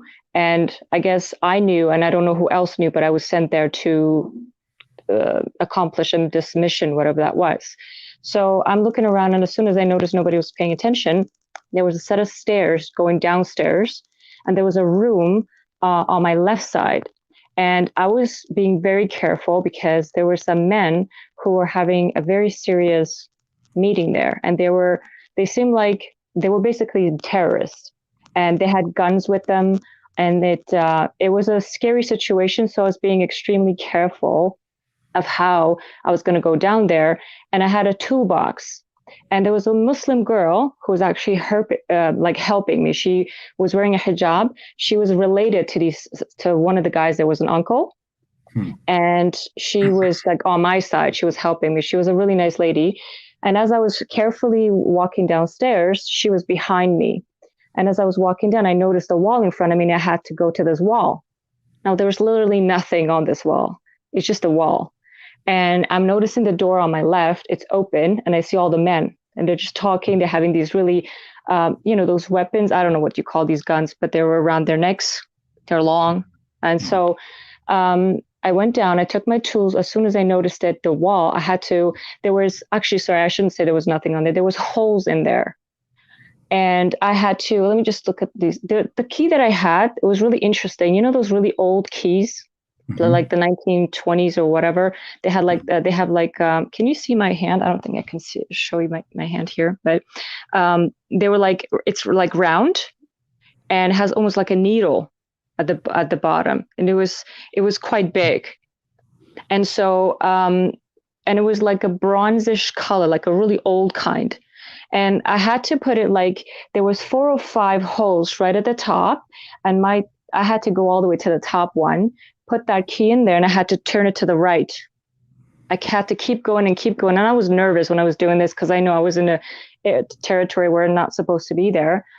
And as I was doing that, and I was twisting and twisting, all of a sudden I stopped because I felt like, oh my gosh, because there was sparkles coming out and that was making noises. And I got a little nervous. I'm like, maybe I should. So I hesitated. I was like, maybe I should stop. But a voice in my head said, no, keep going. Keep going. Don't get scared. So I kept going as fast as possible. And then all of a sudden I heard and the sparks kept going, and it was literally sparking. Like I could even see it. And so then as soon as I heard this machine that was behind the wall turn on, I knew my mission was done, that was the mission. I had to just turn some machine behind this wall on. And as soon as I heard this going on, I then stopped. I put my tools away, and I looked around to see if there was, anybody watching. I kept on looking behind my back, and the girl, she was I don't know at what point she came in. I think it was just before I started, just to kind of help me out. She said, should I close the door? And I said, yes, close it. So she closed the door. And when she did that, I think that's when I started actually doing all of this. When I stopped, I went up the stairs, and her uncle came upstairs with this gun around his neck, or I should say around his this chest area. And he was really mad at her, and he says, what are you doing? You shouldn't be, you should not have been doing that. And she was, because he was her uncle, she was extremely, she knew how to speak to him, basically. So she calmed him down, and she was smiling, pretending that, oh, I didn't know what to do, kind of playing dumb, but she knew what she was doing. She was being really clever. And I was just, happy about the whole situation. And I just went up. I was nervous. That was a dream. Wow. So when you came up to this wall, the men were in a doorway on the right of you? On my left. And it was deeper. It was almost yes. And it was a room, but it was deep in the room. It wasn't you can open the door, see them in front of you. It was more deeper in the room. Okay. And this wall was inside? Yes. And it had holes in it? Yes. And it was just like a big wall, and they were off to the left side, and then you were looking for a door to get through. Is that what was happening at the beginning? No, I knew there was no door. Okay. I guess the whole mission was just to go to this wall. The wall was important. And this tool that I had, I opened my toolbox, and well, not a box, it was like a little bag. And I just took this key. It was that specific key that needed to be going in there. And I just had to, keep turning it until, it was kind of interesting because I'm like, I don't even know what I'm doing, but I just was following whatever's in my head to do what I'm supposed to be doing. So, and when you kept turning it, then it was sparking, and then what happened? And also it made sounds as well, like sparkling sounds. And I was afraid that they were going to hear it and then come up. But they didn't. I guess they were talking, and it wasn't loud enough. So I was a bit nervous about that they could possibly hear me. So that's why I hesitated, and I stopped. I'm like, oh my gosh, these sparkles are making too much noise. And they were sparkling out like little fireworks. And then that's when a machine behind this wall started to run. Like I could hear this. It was like a machine. I can't see nothing. So I don't know what it. So you never figured out what was behind the wall? No. Wow. When you first said this big wall and there wasn't a door, before you said it had holes in it, what I heard was the Western Wall, or the Wailing Wall in Jerusalem. So the Wailing Wall has, obviously, it's just all these stones, and I've never been there, but I wish Anna was here because she's been there. But they have little cracks and crevices that people will write notes or prayers, and they'll stick them in there, and then they'll stay there and pray. And it's interesting that in this location, even though it wasn't outside, it was actually inside in your dream. There was something in your mission that needed to be activated on the other side of this wall. So you had the key, and the key was like a skeleton key with like a needle on the end, right? Yes. And it had to be put in the right hole, but the right hole was up really high. Like you had to find like the highest hole that you could get, and then you turned it, and then the sparks started flying out, the noise started making, and then you were afraid that the terrorists or whoever the people were in the other room that seemed like bad men with the big guns were going to come after you. And what happens? Oh yeah, they were in a meeting, but there was a girl in a hijab that was following you, right? Yeah, she was there because I didn't have any conversation with her before that. She just knew I was there, and she was there to help me. And she had my back. Just in case, kind of like a lookout. Do you want me to close the door? Yes, close the door because I got to do this. And she was just, so I could focus on what I was doing. She was behind me looking to make sure these guys are not going to come up or hear me. She would warn me of anything. But it worked because when she closed the door, which is interesting because when you close the door, then they cannot hear you. I just realized this. Wow, that's awesome. And then didn't some guy come in, but it was her uncle? Yes. And then she was just kind of giving him the song and dance. Oh, what are we doing? We didn't know what we were doing, and blah, blah, blah. And so what happened then? Nothing. I just left. And that's when a dream ended. I just went back to work. Wow. Yeah, I feel like there's an assignment. I feel like there's an assignment related to Israel for you. Interesting. The Wailing Wall obviously represents prayers. It represents putting kind of a stake in the ground. There's people that I had a friend that was at the Wailing Wall, and she wrote a prayer for me and wadded it up and put it in the Wailing Wall. And it was kind of like you have a stake in the ground in Israel. And that's the message that she sent to me, which I thought was really profound. I didn't ask her to do that, but I was grateful that she did. And so I think that there is a mission that may not be, there's literally something, there's a key that sparks something that causes a machine or the machine of whatever is happening behind this wall. It's literally there's a hidden effect. And I believe that hidden effect is in the spirit. And I feel like God has a purpose for you specifically related to prayer and related to Israel. And it might even be something in in a practical way that I'm not saying this definitively, but it might be something in a practical way that you need to go there. But I feel like there's a key that you have, and I feel like part of the reason that you have this key is because of your identity. You know, I don't know anything about you, but I feel like it's related to something in your generational bloodline. I feel like you're the key, is what I feel like. You're the key. That is so interesting, because I just recently had another dream. I won't go into it, but it had to do again with that. And I had to go and get something, and I had to do with Golan Heights. Like my documents were in Golan Heights, and this girl had to go get it. That's another long dream, but so I find maybe that relates to one another. That's really, really interesting. It could be. Do you have any connection to Israel, or? Not that I know of. No, I don't know anybody there. Where do you live currently? I'm in Canada. Canada. Okay. I'm a citizen here, but I had some other stuff that Lord had actually shown me about California. So I went there for a few months, but nothing happened. So I'm not, and I know I'm supposed to go back there as well, but I don't know for what. So I'm not sure. So your family is from Iran? Yes, we're Kurdish from Iran. Kurdish from Iran. Did you live there, or was it your parents that immigrated, or? No, I lived there, and we left shortly after the Iran and Iraq war ended. We didn't know how, I was so young, but we didn't know. My parents just wanted to leave just in case of anything else happening. They just wanted to leave. So we came, we came here. Wow. And are you a Christian? Yes, I just came to Jesus about maybe a little less than 6 years ago. And my mother just came to Jesus last year in October. Wow. That's amazing. It's so cool. My sister and my brother are also Christians, so that's all exciting. Oh, that's exciting. Yeah. Very, yes. Yeah, I feel like, there's a lot of rumblings literally behind the scenes, saber rattling, as they call it, what's going on in Israel right now, what's happening in the Middle East. I spent a lot of time in the Middle East when I was in the military. It's a place that's very dear to my heart.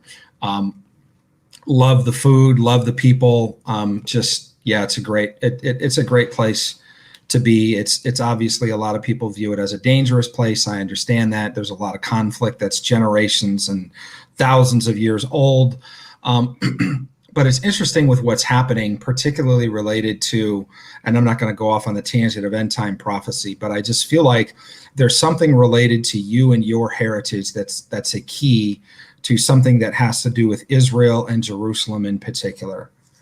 And I feel like what seems like a small action, which is going to a place with a Muslim girl that's with you, that kind of has your back, and taking this key, which is really the only thing you're carrying. You have this small bag, and it doesn't seem like much, and you're like, oh, I got this key, and you find the highest place to stick it, and you put it in there, and you don't even know what it does, but you just know, you have this knowingness, this is what I need to do, this is what needs to be done, this is my mission.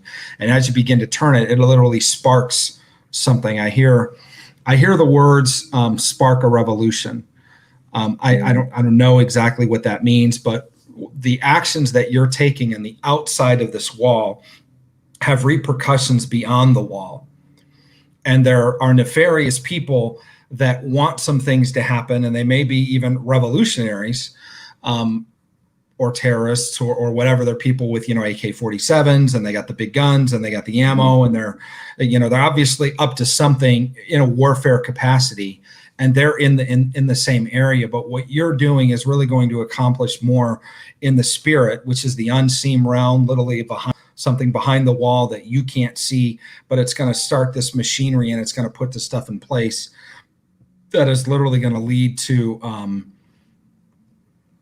I believe, what's going to be like a revolution. And I'm not saying of a particular country or anything. I'm just saying it's going to start a machinery that is going to have repercussions, I think, in the whole of the Middle East, beyond just the country of Israel, beyond just, the places that your family is from and all of that. But I believe it's a piece that's related to your destiny. I think it's interesting, the time frame that you left. I think it's interesting. I feel like a lot of times we get actionable intelligence that's like, go here and do this. This is not one of those dreams. This is a dream that is kind of like a foreshadowing of your identity and your destiny. It's like when Gideon was first called by God, the angel of the Lord appeared to him and said, "O valiant warrior." And he's like, "Who are you talking to? I'm the least of my family, and my family's the least of our tribe, and our tribe's the least." Like I'm nothing, dude. I got nothing for you. You know, I'm so insignificant. You don't even know. And he's like, "No, this is who you are."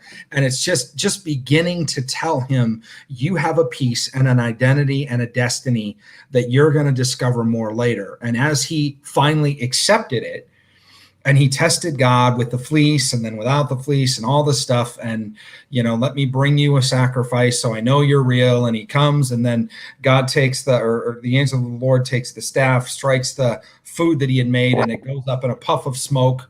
Literally, it sparked something. And that's what I feel like this dream is that point in your life that it was in Gideon's life, is where God is saying, "Oh, valiant warrior." He's saying that you have a piece to play in the international arena, behind the scenes, related to, there are things that you're going to do, there's actions that you're going to take, no matter how insignificant you may feel, or how many times you may say, "Well, who am I?" And what, like, don't even ask those questions. God made you as a key, and you're the key.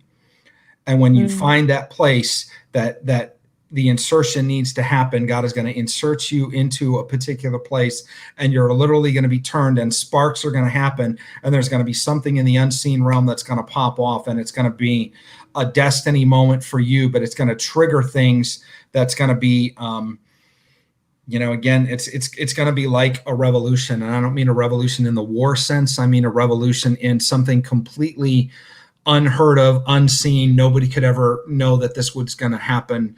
It reminds me of the verse in scripture that says, you will see something in your day that even if I told you, you would not believe. Mm-hmm. And so I feel like God I would say go look at the story of Gideon. If you've seen our Through the Bible Study series, they're all on YouTube. They're free. They're on this channel, Dream Life Decoded. They're on Anna Kate's channel, my partner as well. She's from Russia.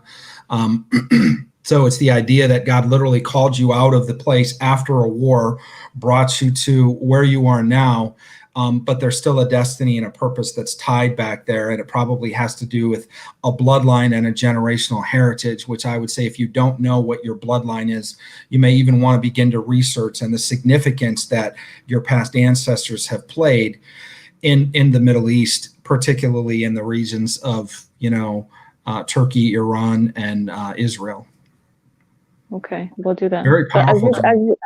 It's amazing. Thank you so much. Every time you were talking and continue talking, I kept remembering like more dreams about Israel, and a rabbi who's telling me about Moses's law. Wow. As well. He told me that in order to move forward, we need to take some law of Moses and bring it into law, or something like that. Yeah.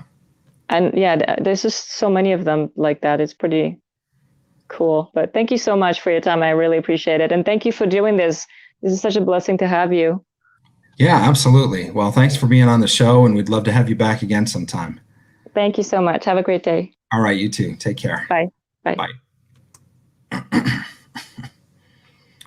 Wow. Okay. I love it when God has a plan and stuff happens.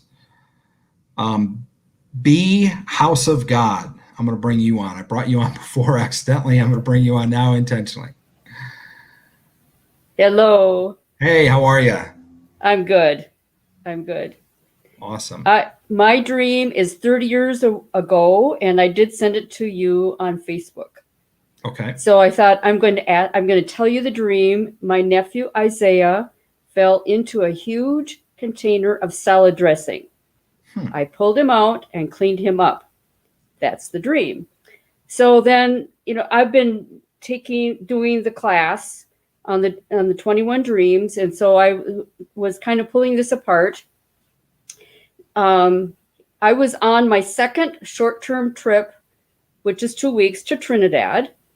When I had the dream, my nephew at that time was 2 years old, and he is my sister's second child. I've always assumed the dream was about praying for him, which we have been doing, and am now wondering if the Lord has more to impart to me. So currently, this nephew is a prodigal in a foreign country. It's the second country he's been in almost 8 years. What country? He's in China. Okay. He's teaching English as a second language. Hmm. And we believe that God has sent him there. He probably thinks that he chose himself. And he knows he was brought up in a Christian home. But the interesting thing is, I'll just tell you this part and then we can go back and talk more about Isaiah. But over the past year, since 2020, I've been assisting the main Bible teacher in a ladies' Bible study. I'm the second teacher. We are studying the book of Isaiah. She teaches for 2 weeks.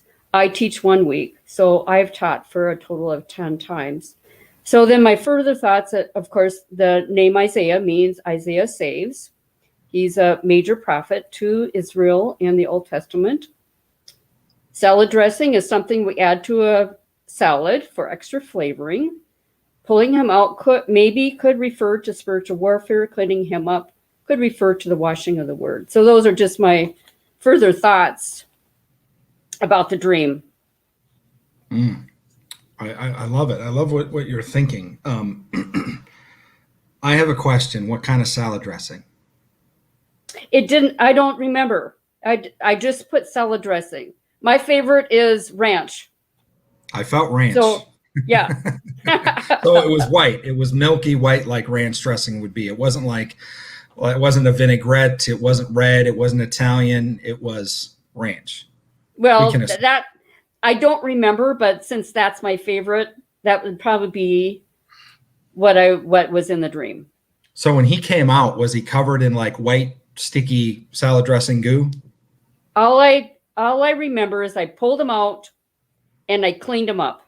He's 2 years old, so I could easily, and I don't know how big the container was, but it was a huge container. He's 2 years old? At that time. Oh, in the dream. In the dream, at the time of my 30 years ago. Gotcha. Yeah, 30 years ago, he was 2 years old. Wow, that's interesting. And you said he was raised as a Christian? I think you froze. Can you hear me? Can you hear me now? Shoot, I think we lost you. Well, if you can hear me, come back and I'll leave you in the studio and hopefully we can come back and finish that dream. That sounded like a fascinating dream. Nancy, how you doing? I'm fine. You were unmuted, now you muted. Gotcha. Okay. There you go. Thank you for letting me share my dream. Absolutely. So I called it the bird profile dream. I saw bird heads displayed in front of my face. It was about 4 or 5 bird heads. They all had white, smooth heads, nicely shaped beaks, and dark eyes. Their eyes were different shapes, round, oval, half moon shaped. I only saw the side view of the bird heads as they passed by me. But one bird head had a rather large beak. It looked dented in, sinister looking, and the head turned towards me. I saw both eyes, and then they glowed red, and beams came out of them. I think I saw one more bird after that, but it was like the others. White, smooth head, nicely shaped beak, and dark eyes. And that's my dream. So you just saw the bird heads. Were they like mounted somewhere? Or were they attached to birds, or were they live birds? Or no, it was just the heads, and they were kind of floating across in front of my face. In your field of vision. Do you know what kind of birds they were? They just had white, smooth heads and a nicely shaped beak. The beaks were all the same, rounded with a pointy tip on at the end. They look like a bald eagle, maybe? I kind of maybe could say yes, but I'm not 100% sure. Because I didn't see feathers. It was smooth, a white, smooth head. I think an eagle has, larger feathers that you could see. Yeah. Okay. Yeah, I'm looking up, seeing if I can insert this picture. Let me just share my screen real quick. If I can do that. Oh, no, I can't do that here. Okay. Yeah, I wondered if they were eagles because that's kind of the first thing I thought of. And when you think of like a white head and, they have the white thing even down to their neck, and they're passing before your eyes. And one of the things that you noticed in particular about them was the eyes. They had dark eyes. Somebody said doves. The doves are white also. It was the idea that they had dark eyes, and then the one had like red eyes. Was it like laser beams shooting out of the eyes, or just their eyes turned red? Their eyes they glowed red, and then beams came out of them. Beings or beams? Beams, B-E-A-M-S, red beams. Red beams. Okay. How many, was this just one bird, or was this all of the birds? The one that looked sinister? Yeah, with the red eyes. Just one. Just one. And it was close to the end? Yeah. He wasn't the very end. Well, I said he, but the bird wasn't at the very end. There was another bird behind him, but that was normal looking. Wow. Was it a big bird or a small bird? Did it look more like a dove or like an eagle? Well, they were pretty close to my face, so I would say to me, an eagle is a very large bird, and it wasn't that large of a bird, but it wasn't real small either. I'm sorry. That's okay. That's okay. A lot of times birds represent the prophetic because they represent the ability to see higher. Also, birds, you think of falcons, you think of hawks. In particular, you think of eagles that have such a great eyesight. Obviously, part of the focus of the dream is the eyes because you're not really seeing anything else of the bird except the head. And of course, the thing that you see most of in your description that you talk about is the eyes, how they were dark. And then in this one, they became red, and then there were beams coming out of them. So it's really interesting. I feel like this dream is an invitation. I feel like God wants to, he wants to show you some things, and he wants to show you things at a different level. The birds don't represent you, but they represent other beings or other things that can also see far. And I feel like God is he's going to show the head, because you're seeing the head, it represents authority, like the head of an organization or the head of a prophetic community or something like this. Did you get the feeling that they were bad or good, or not, or no feeling at all? The one with the deadened beak, he to me was sinister. All the rest were good. Okay. So I feel like, God is going to give you discernment that allows you to see the heads of literally different organizations, whether bad or good. And you're going to be able to discern and be able to see nefarious intent, or you're going to be able to judge who they are. This is good, this is bad. And it's going to be crystal clear to you, almost as clear as their eyes changing color and beams shooting out of them. I feel like what he's saying is he's giving you a different level of prophetic discernment. Again, birds a lot of time in a general sense, in this sense, in your dream, they represent the prophetic, the ability to see higher, to see farther. And I believe that the doves, if excuse me, if you felt like most of them were good, I feel like those can represent a good intent, a good background, a good use of the prophetic. But if they all look the same except for the eyes, the one with the dark eyes that turned red can represent something that's false. You think of when we were in school, when we would get something wrong on a test, they would circle it in a red pen or a red marker. It means this is wrong. This is something false, right? And so the red beams literally shooting out of their eyes, I feel like God is giving you like, it's like 6 birds and you're able to see immediately which one isn't true.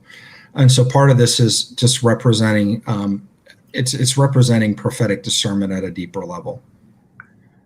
Uh-huh.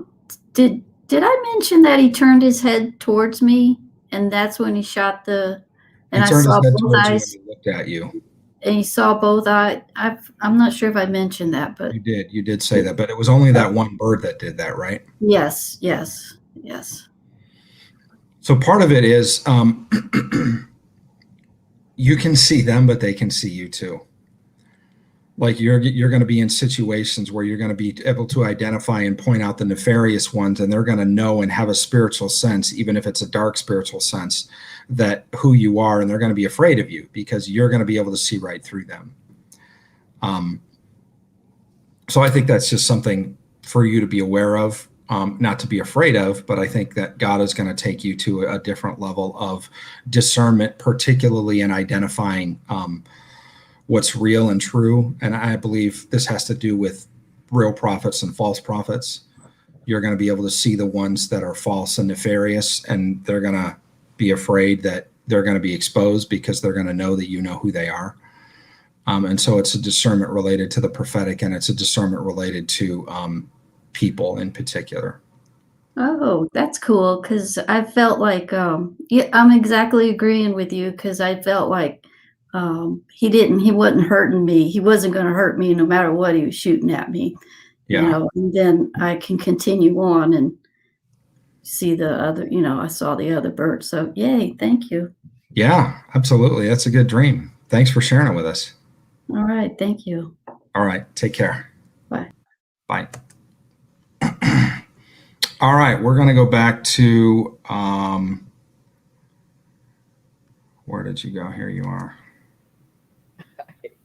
Hey, salad dressing.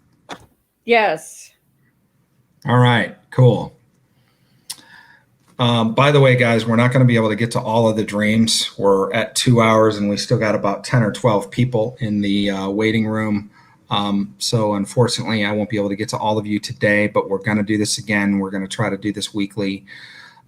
So my apologies, but we're going to do a couple more here. So the salad dressing, the fact that he was fully immersed in the salad dressing, right? Yeah, he fell into the container.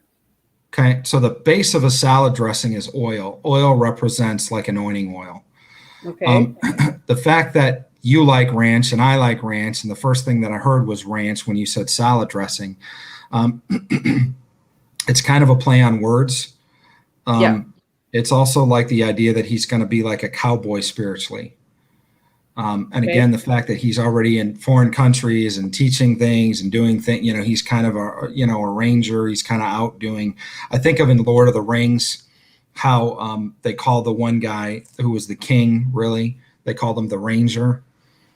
And there's that verse when he was given by the elf king, he was given a sword and he said, it's time to put away the ranger and be who you were born to be. And I feel like there's a moment that is going to be, what's your nephew's name? Isaiah. Isaiah, that's right. You said that. I feel like there's a moment in Isaiah's life coming very soon where he's going to be who he was born to be, what he was called to be. And I feel like part of his purpose and destiny is related to a kingly or a rulership authority that he has. Because again, when they would take the horn, you think of Samuel anointing David, they would literally take a horn of oil and they would pour it on your head. I mean, you were literally just completely doused in oil. So it's probably the same as taking a 2-year-old and dipping him in a vat of oil and pulling him out. Right. So the milky substance, I feel like it's a kickback to the idea of the land of milk and honey, the promised land. So I feel like part of his promised land. And I feel like the place that he's going to really get traction in his life, because I feel like right now he's seeking. Yeah. And that's why he's in China. He's like, well, I'm going to go on an adventure. I'm going to go over here. I'm going to do this. I don't feel like he's settled. I don't feel like he's settled spiritually. When he gets settled and when he gets in the place spiritually, and again, you think of David and you think of, and David was, by the way, a rancher, right? David was a shepherd. You know, he took care of the flocks. So that's what he was. And when he finally got settled into what his purpose and identity was when he was king. The rest of the time he was kind of floating, he was traveling, he had his men with him, they were raiders, they were rangers, they did this kind of stuff, and then he came into his own, and when he was king, and we know him as King David, it was that part of his life, when he hit that traction in that part of his life, that's what his destiny was, and that's what he's known for. We don't call him David the shepherd, we call him David the king. And so I feel the same thing is going to happen to Isaiah, and thank God that you're in his life and you're continuing to pray for him, because what's happening, and I believe that just prophetically, I don't know that you said this, but I believe that you pray for him on an ongoing basis. Like you have a burden in your heart for him, even though he's not your son, he's your nephew. And I feel like part of that is praying him into the place of destiny and identity. And so why wouldn't God begin to tell you the identity and the destiny of this person that's on your heart to pray for? Yeah. Okay, So awesome. Thank you. Thank you. Thanks for sharing that with us. That's amazing. I know it. Thank you. All right. Have a good one. You too. Bye-bye. Stephanie Long. All right, here we go. Hey, John, thanks for having me on. Absolutely. I had a dream about 3 weeks ago, and it started out pretty upbeat. I think I was going from one dream to another one, but when I made that shift, there was a tent, kind of like you would set out maybe at the beach to shade yourself, or, you know, an outdoor event. So everybody was really upbeat. And we went to move to kind of sit underneath the tent, and immediately the tent changed to my mom and dad's master bathroom when I was growing up. And I was in the bathroom, my mom and dad were in the bathroom, and the ceiling, interesting, we have our 8-foot ceiling. In this particular corner of the room, the ceiling stopped a little bit short. And within seconds of my dream starting, I looked up and I saw a bright yellow and white snake come out of the top of the ceiling, and came down the side of the wall into the bathroom. I immediately was thinking about my bedroom growing up, and I said, I'm going to run around to the front of the house and I'm going to shut my bedroom door. And I was able to escape the bathroom, but in real life, there's no exit out of that bathroom. So in the time that it took me to run around to the front of the house and come into the front door, I went into my bedroom and things were turned over in every direction. And I really kind of knew what had happened, because my dad is somebody who will take care of things. And I knew that's probably what had happened. So my room was disheveled, and I turned. My bedroom door was at the end of the hallway. The master bedroom door was always growing up right there next to it. So I went into the master bedroom and I looked, and I saw my dad sitting in a bedroom chair, and he was exhausted, and his arms were draped over each side of the chair. And I could see that he had been wrestling with the snake because there was some slime and stuff on him. And I just assumed he had taken care of the snake, because that's just typically what my dad does. He just takes care of things. And I said, did you get it? And he said, and he was really tired, and he said, no, it's still behind the door. And I then said, is it poisonous? And he said, no, it's not a poisonous snake. So of course I'm trying to get away from the snake, and I go back into the master bathroom, and my mom is in there, and I'm trying to kind of get away from the snake. And I look, and the yellow and white snake is now making its way back into the master bathroom. And where I could escape before, the wall's there now, the snake can't escape. And the snake is not necessarily coming at me, but coming in my direction to the other end of the bathroom where the shower is. And I can tell that the snake can't get out. So as it can't get out and it starts to come back in my direction, and the counter is a double vanity. I was at one end of the double vanity and my mom was at the other. And my mom in her left hand is blow drying her hair like nothing's going on. And as it gets close to her, she immediately reaches with her left hand and grabs the head of the snake right below its head on its neck and shoves it down towards her sink, and a really big black snake's head comes up, and the black head snake grabs the yellow and white and grabs it, and then I wake up. So the black snake was in her sink? Yes. This is an interesting dream. Yeah, it was. I mean, typically I know kind of what snake dreams mean, but just how that played out at the end was very interesting to me. So this is your childhood home? Yes. So this is a bloodline dream.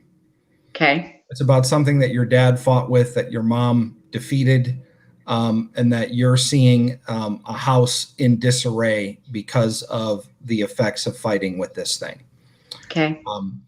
You don't have to tell me what it is, but I feel like there's something that your dad has battled for years that your mom doesn't battle with. Okay. It could be a vice. It could be, I'm not saying this for you, but a lot of families have alcoholism, or they have something that, affects the men a lot of times more than the women. But I feel like there was something that wasn't poisonous and wasn't detrimental. White and yellow snakes tend to not be poisonous. There's a few that can be. The eastern garter snake is a white and yellow snake, but they're typically not that big. There's the albino granite Burmese python, which could be, I saw that. Mm-hmm. Yeah, could be really large. I feel it's not poisonous, but it's definitely not something that you would want to fight with. I wouldn't want to fight with it anyway. I really don't like to wrestle snakes. It's not a hobby of mine.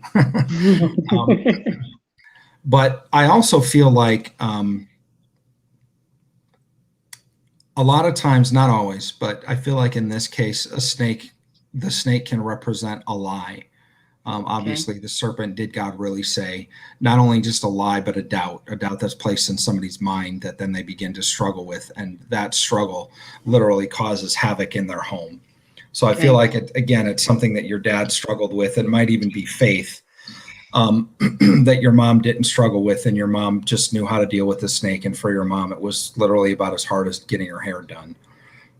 She just knew, she knew how to handle it. What's almost like more of a concern is, what is the black snake? Yeah. What is the black snake that defeats this this thing? And I feel like it's what I would call a like type of warfare. Okay. Certainly, you could take a snake and you could chop off its head, but you're not fighting a snake on his turf. Whatever this black snake is, it's something that your mom has access to, and it's something that can take down this this thing in particular without any trouble at all. She doesn't even sweat. She just grabs it, takes authority over it. Mm-hmm. I think the key parts of the dream are, what does the snake represent? Again, it has to do with your family. It has to do with your bloodline. It has to do with your mom and dad. It may go further than your mom and dad. Your dad is exhausted and in the chair from battling this thing that apparently has literally thrown him all over the place. And your mom is completely unfazed and unmoved by the presence of the snake and just deals with it almost unceremoniously. So, quick question then. I look up to my mother and father more than anybody in this world. They are both very spiritually solid. I'm blessed that that I have them, and so it makes me. I'm curious then about my father. I mean, I do a lot of history of my family and what that's looked like, and so maybe when you're talking about bloodlines, could it be that it goes even further back than my father? I don't know. Absolutely, and it could be something that has been a struggle for your dad's side of the family more than your mom's side of the family. Okay. So, yeah, I think that's an exciting dream. It's a warfare dream. It's a dream of spiritual intelligence. It's a dream about bloodline, destiny, all those things. So I think it's something that you should pay attention to. It might even be something that you want to talk to your mom and dad about. Okay. And I've shared it with them. So we've kind of been wrestling around a little bit with it. So, yeah. Awesome. Okay. Well, thanks for Thank sharing you. your dreams, Stephanie. Appreciate it. Thank you. All right. Bye-bye. Bye-bye. All right. Deanne Marie.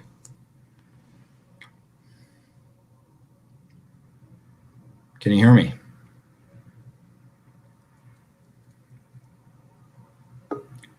You're muted. There you go. Well, there you go. Can you hear me, Dee? Can you hear me? Yeah, you're breaking up really Yeah? bad. There you are. Oh. You got it. Okay. Okay. Go ahead. Can you hear me now? Yeah. Okay, I sound like a commercial. Yes, we can hear you. I had written you about a dream that I had written you about a dream that I had not too long ago. Cats, I can't figure out how to do this camera. You're breaking up a little bit. I'm gonna put you in the back, in the behind stage here, and I'm gonna pull somebody else up. Figure out your camera, and I'll bring you back on. Okay? Let me do Eileen. Hi, how are you?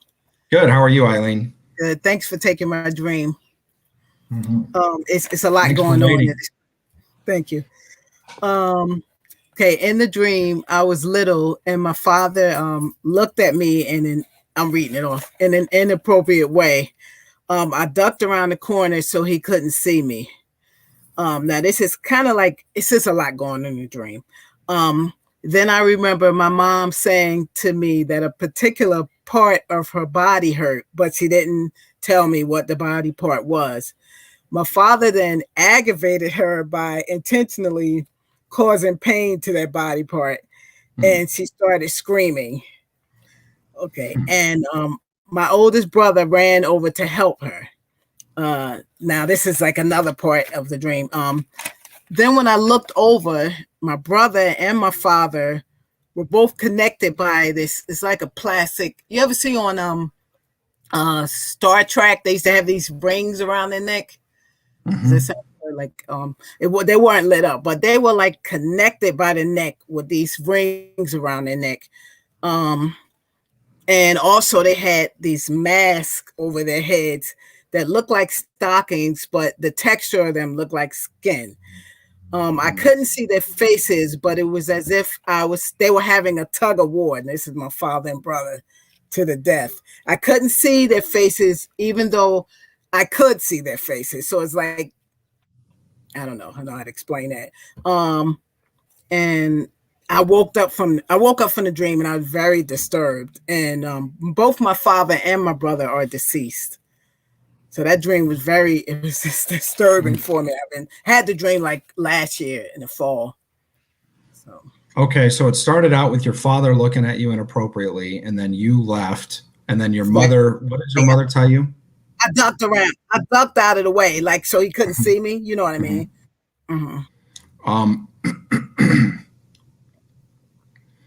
And then your brother and your father were connected by this ring around their neck, and they were connected to each other, and they were like in this tug of war. Right. You know what I keep seeing? And I think it was, gosh, what movie was it in?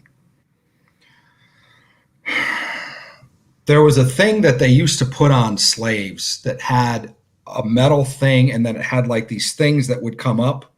I think the purpose was so you could never lay your head down and rest. Or you know what I'm talking about? So did it look like that at all? Yeah, I would say. I can't remember the part up top, but like I said, it was like a metal ring. Maybe. Metal ring. Yeah, it was like a metal ring. Yeah, to me it represents to me it's a bloodline dream, especially since both your father and your brother have passed away.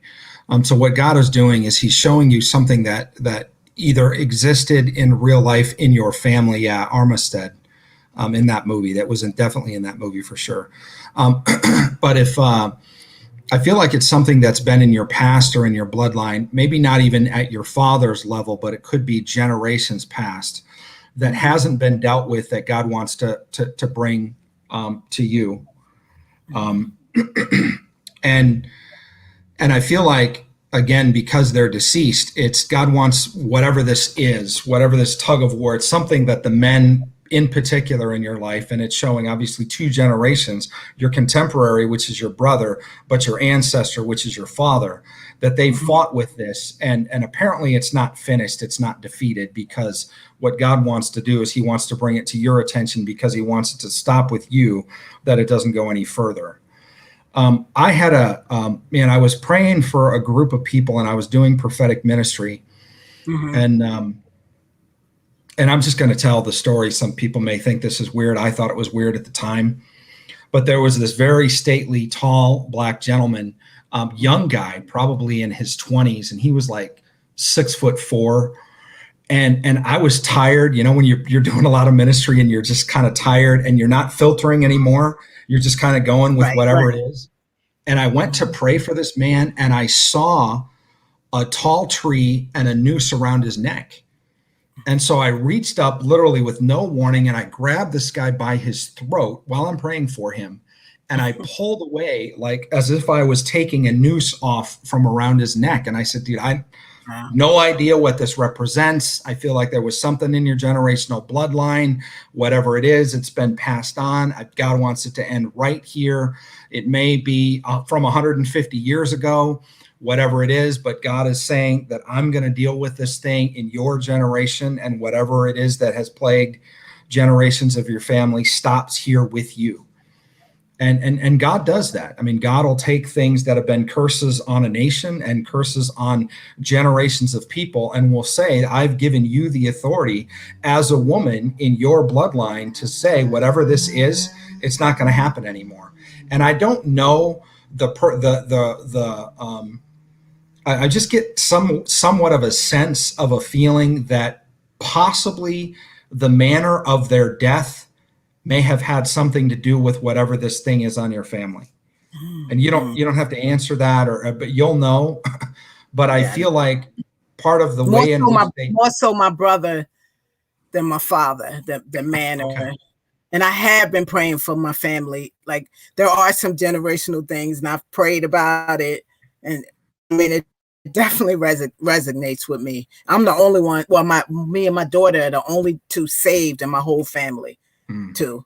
So, you know, it really does. Now, as you're speaking, I'm thinking about another dream God gave me, that he told me that I was going to be the one that he was going to use to break generational curses. Funny that I had that dream probably 20 years ago, and it's coming to me now. Like, I don't even think it was a dream. It was almost like I was praying to God, and God brought it to me, and he said, you're going to be the one. And so it's really, wow. You're the one. You're the one. It falls to you. You're the spiritual leader in your family. I just feel that prophetically. And so what God is doing is he's showing you there's some business in your family line that he wants to deal with. There's literally a struggle. Particularly, it falls on the men's side, and particularly it's multi-generational, like it's fathers fighting sons, and it's a spirit that wants to turn your generation against each other, where instead of fighting the forces that would come against the family or the spiritual forces, they want to fight one another. And it's that thing that God wants that broken off. He wants it. He has to shine a light on it. So he's got to tell somebody. So he's telling you because he knows that you have a spiritual sense. He knows that you're a woman of God. He knows that you can pray and break generational curses, and that it stops and it doesn't go any further, because there's going to be multiple generations past you that are no longer going to have to deal with, and they may not even ever know in the spirit what you accomplish, but God's bringing it to you because it's like a snake that you can cut the head off and you can say, it does not go any further. There's a new level of freedom that God, freedom literally from bondage, freedom from infighting, freedom from multi-generational warfare. I'm reminded of that verse. What is it? The call of the call of Elijah, that turns the hearts of the fathers to their children and children to their fathers. So there was a disconnect in the dream between you and your father because of the look that he threw at you, that you're like, okay, I don't want anything to do. I'm going to run and hide. But then there was a warfare between your brother and your father. And it was that turning. The enemy wants to tear families apart and turn them against each other. And even though 2 of the 3 people in the dream are deceased, God is saying, you're the one that's still in the arena. You're the one that's still alive. They're in the cloud of witnesses right now. And so it falls to you. And they're even saying, yes, we want a deeper level of freedom for the bloodlines, the generations that come past it. And so God is showing you this dream and letting you know that you have the power, not only the power, but the authority. He's showing you this specifically because you have the authority to defeat this thing that has plagued your family. And I believe he'll let you know exactly what it is. And you didn't see anything as far as my mom, nothing about her being in the dream. I didn't. But I didn't see it. No, that's okay. I was just wondering. Okay, well, it really resonates with me. So thank you. Awesome. Well, thanks for sharing your dream much. with us. That's amazing. Appreciate it. Flory Pond at AOL. Hello. Can you Hey, hear how me? are you? I'm fine, thank you. I just have a short dream. I was in my son's room, and then with him, and then his twin came in, but he doesn't have a twin. So he looks exactly like him, and then I just I invited him. I felt shocked because I say, how could I forget that I had a twin son? I mean, I was shocked. But then I invited him to stay, and I said, you can stay here in Jonathan's room. My son's name is Jonathan. You can stay here, and across his bed there was another one, and he was going to be there. His name, and that's the important part, it was Enrique, which means Henry, which means it's a Germanic name that means Heinrich, that literally means Lord of the house. And then he was, well, I knew in the dream that this twin has all the better personality than my own son. He has better qualities than my son. And then he stayed, and I woke up. So I don't know if he's me. Sorry, go ahead. So it wasn't so it was your son in the dream, but it wasn't your son? He was a twin. And it was a twin, his twin. Yeah, his twin. I didn't know that I had a twin, and I was shocked. But then I say, oh yeah, that's true. I had a twin. Jonathan had a twin brother. And then I asked him to stay, and in Jonathan's room, and there was a bed across from my son's, and then I knew that his name was Enrique or Henry or Heinrich, and that means Lord of the house, literally in German. And then I knew that this twin brother had better qualities than my own son. So what do you mean by better qualities? You feel like he was a more godly man? Personality. I think that his personality was even better. And I was kind of, I don't like to admit this, but this guy has better personality. Yeah. Okay. And And in real life, Jonathan doesn't have a twin. no. Okay. So I feel like what God is doing is he's giving you an invitation into an identity that your son has, and he's allowing you to see it before it manifests. And the reason is, so for several reasons. One, so you can begin to pray into it, but it's more than prayer. It's so that you can begin to act towards him in a certain way. I think, if you have a son, I have a son, I have daughters, and if you have children, a lot of times there can be drama in them, in the relationships that cause you to look at them in light of drama that's happened in the past. And I feel like what God wants to do is he wants to create a newness and a freshness. It's your son, but it's as if your son had a twin, where any of the past stuff that's happened in your life with your son, you wouldn't attribute to his twin. You would look at this like, well, this is a whole different person. And you would invite him in and you would say, stay here. And you would give him, an honored place in the house and all of these things. And I feel like what God is saying is he's going to do a work with your son's identity, and he's going to change his identity in a positive way, where he's going to feel like a completely different person, but he's going to look exactly the same. And I feel like what God is doing is he's giving you the 411. He's giving you the information on it in advance, because he wants you to begin to treat him as if he is a completely different person that was more like the guy in the dream. Does that make sense? Yeah, very, very. And I want to throw this one. He just came back from the hospital, so he had this dream, and I want him interpreted. It's very important for him. He was in a beach. He was in a beach, tropical beach. He said that it was a kind of an untouched beach, very pristine, tropical beach. And just for a while, he walked around the beach and found a house, and the house was empty. When he came back to the beach, he was waiting for his sister and me, and he knew that we were coming. And at the beach, from the beach, he went up to a mountain, and when he was half of the mountain climbing to get to the peak, he just realized that he wanted us with him, and because he wanted us to name the peak. And then he came down the mountain to get us, and all the way up again, because he was going to give us the option to name the peak. And that was it. Who was this who was this in the dream? My son, Jonathan. Jonathan. Okay, so he's on a beach. There's an empty house. And what's happening in the house?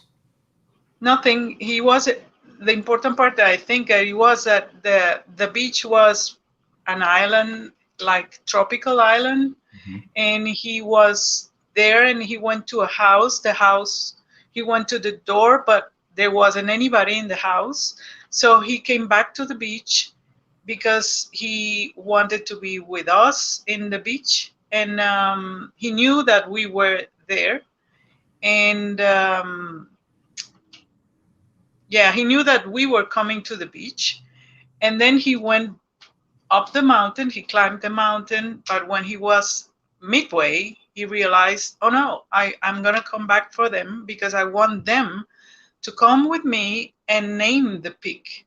Put a name on when you climb a mountain, and I don't know. That's what he said.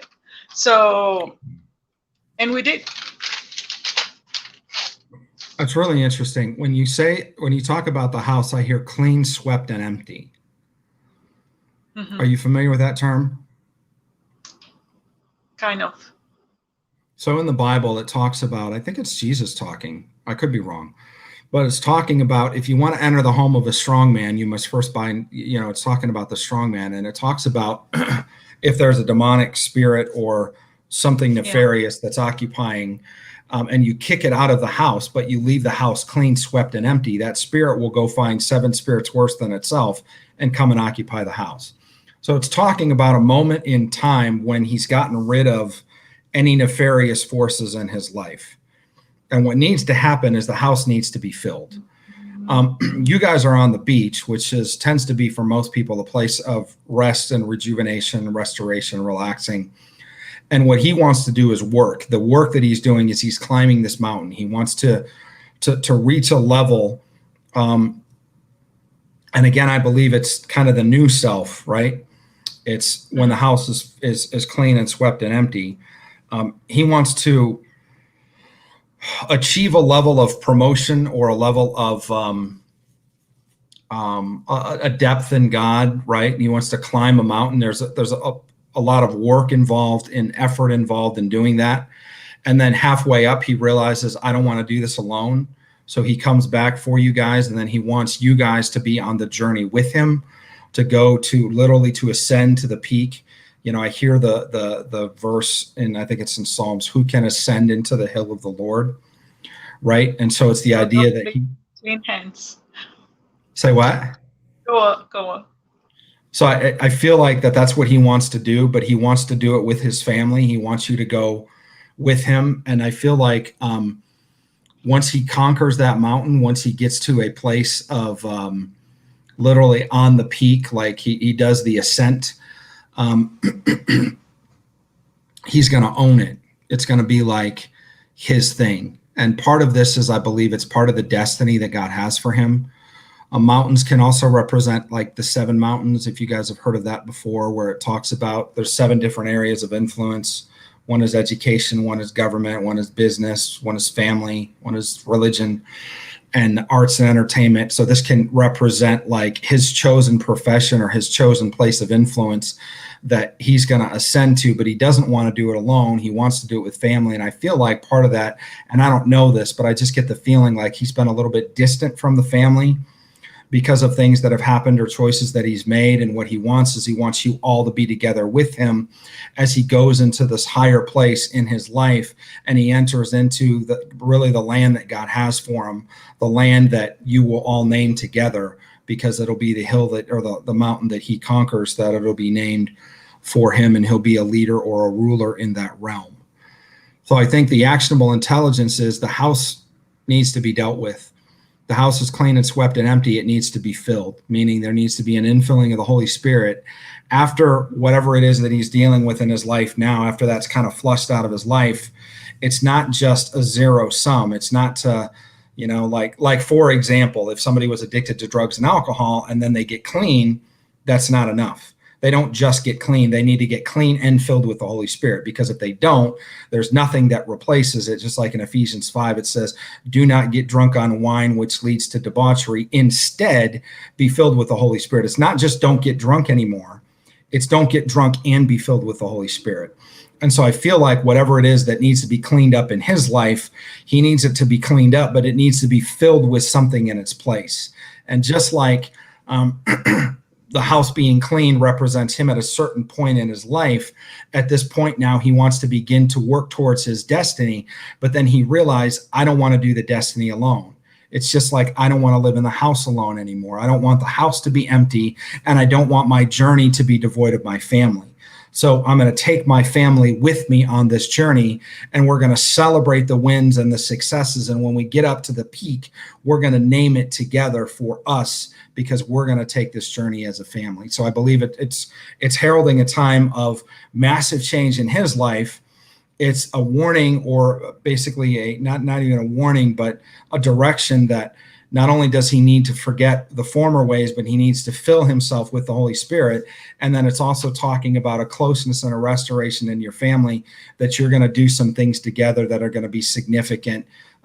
Even I believe in history that there's going to be a significance to the destiny that is fulfilled, but he's going to lead the way in that. I think you're right on. I feel the anointing when you were just speaking. Wow. Thank you so much. Thank you for That's an amazing dream. I love it. Wow. Okay. Thank you for sharing it with us. Okay. Bye. Bye-bye. All right, guys, that's all we have time for today. I'm so sorry for those that are still waiting that we didn't get a chance to get to. We love you. I definitely want to do this as much as we can. We try to cut it at an hour, but we get 2.5 hours in and we could go on for another 4. So thank you for joining us tonight. Thank you for just being part of our community. By the way, if you don't know, Anna and I, my partner, we put together a 21 Dreams Through the Bible study series. It's on the Dream Life Decoded channel on YouTube. It's on the Anna Kate channel as well. It's all free. There's an ebook associated with it that's just all the scripture verses that include all the dreams in the Bible and all the verses on dreams. You can go to dreamlifedecoded.com. There's discussion on dreams. There's a couple of videos on there, but you can go all the way down to the bottom, enter your email, press enter, and you'll be on our mailing list, by the way, but you'll also have free access to the ebook. We just want to give that to you. If you want to know more about dreams, I would start there, get a big, strong biblical foundation, know what the Bible says about dreams, what it doesn't say. But also, we launched we're at the tail end. We got a couple of weeks left of our first group of spiritual intelligence mentorship.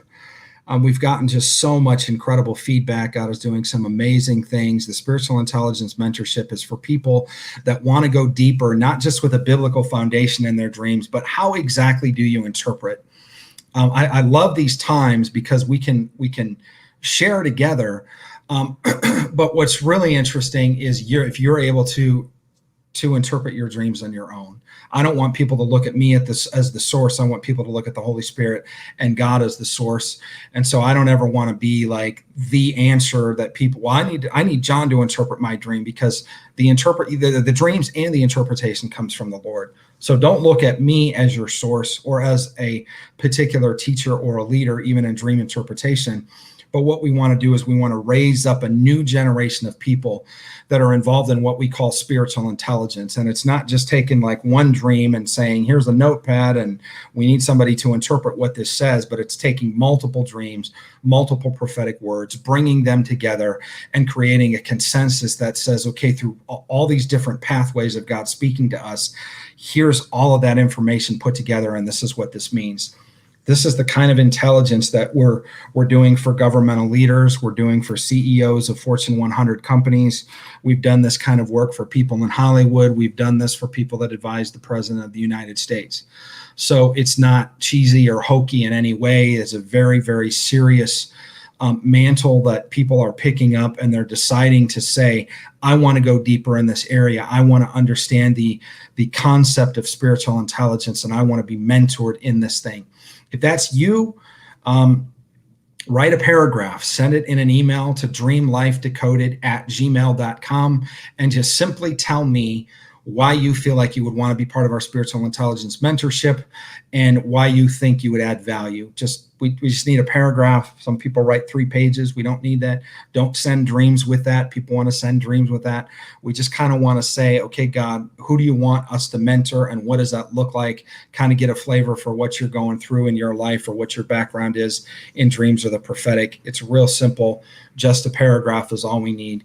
Send it in. We're going to start our new class probably mid-July. It'll run for about 7 weeks. It'll meet 2 or 3 times a week.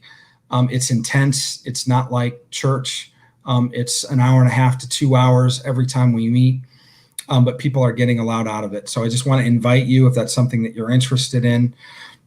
But thank you so much for joining us today and joining me today. And thank you for being a part of what we're doing in spiritual intelligence and having interest in what we're building with dream interpretation. So we're going to end it here. Thanks for joining us, and we'll be doing this again real soon. Have a good night.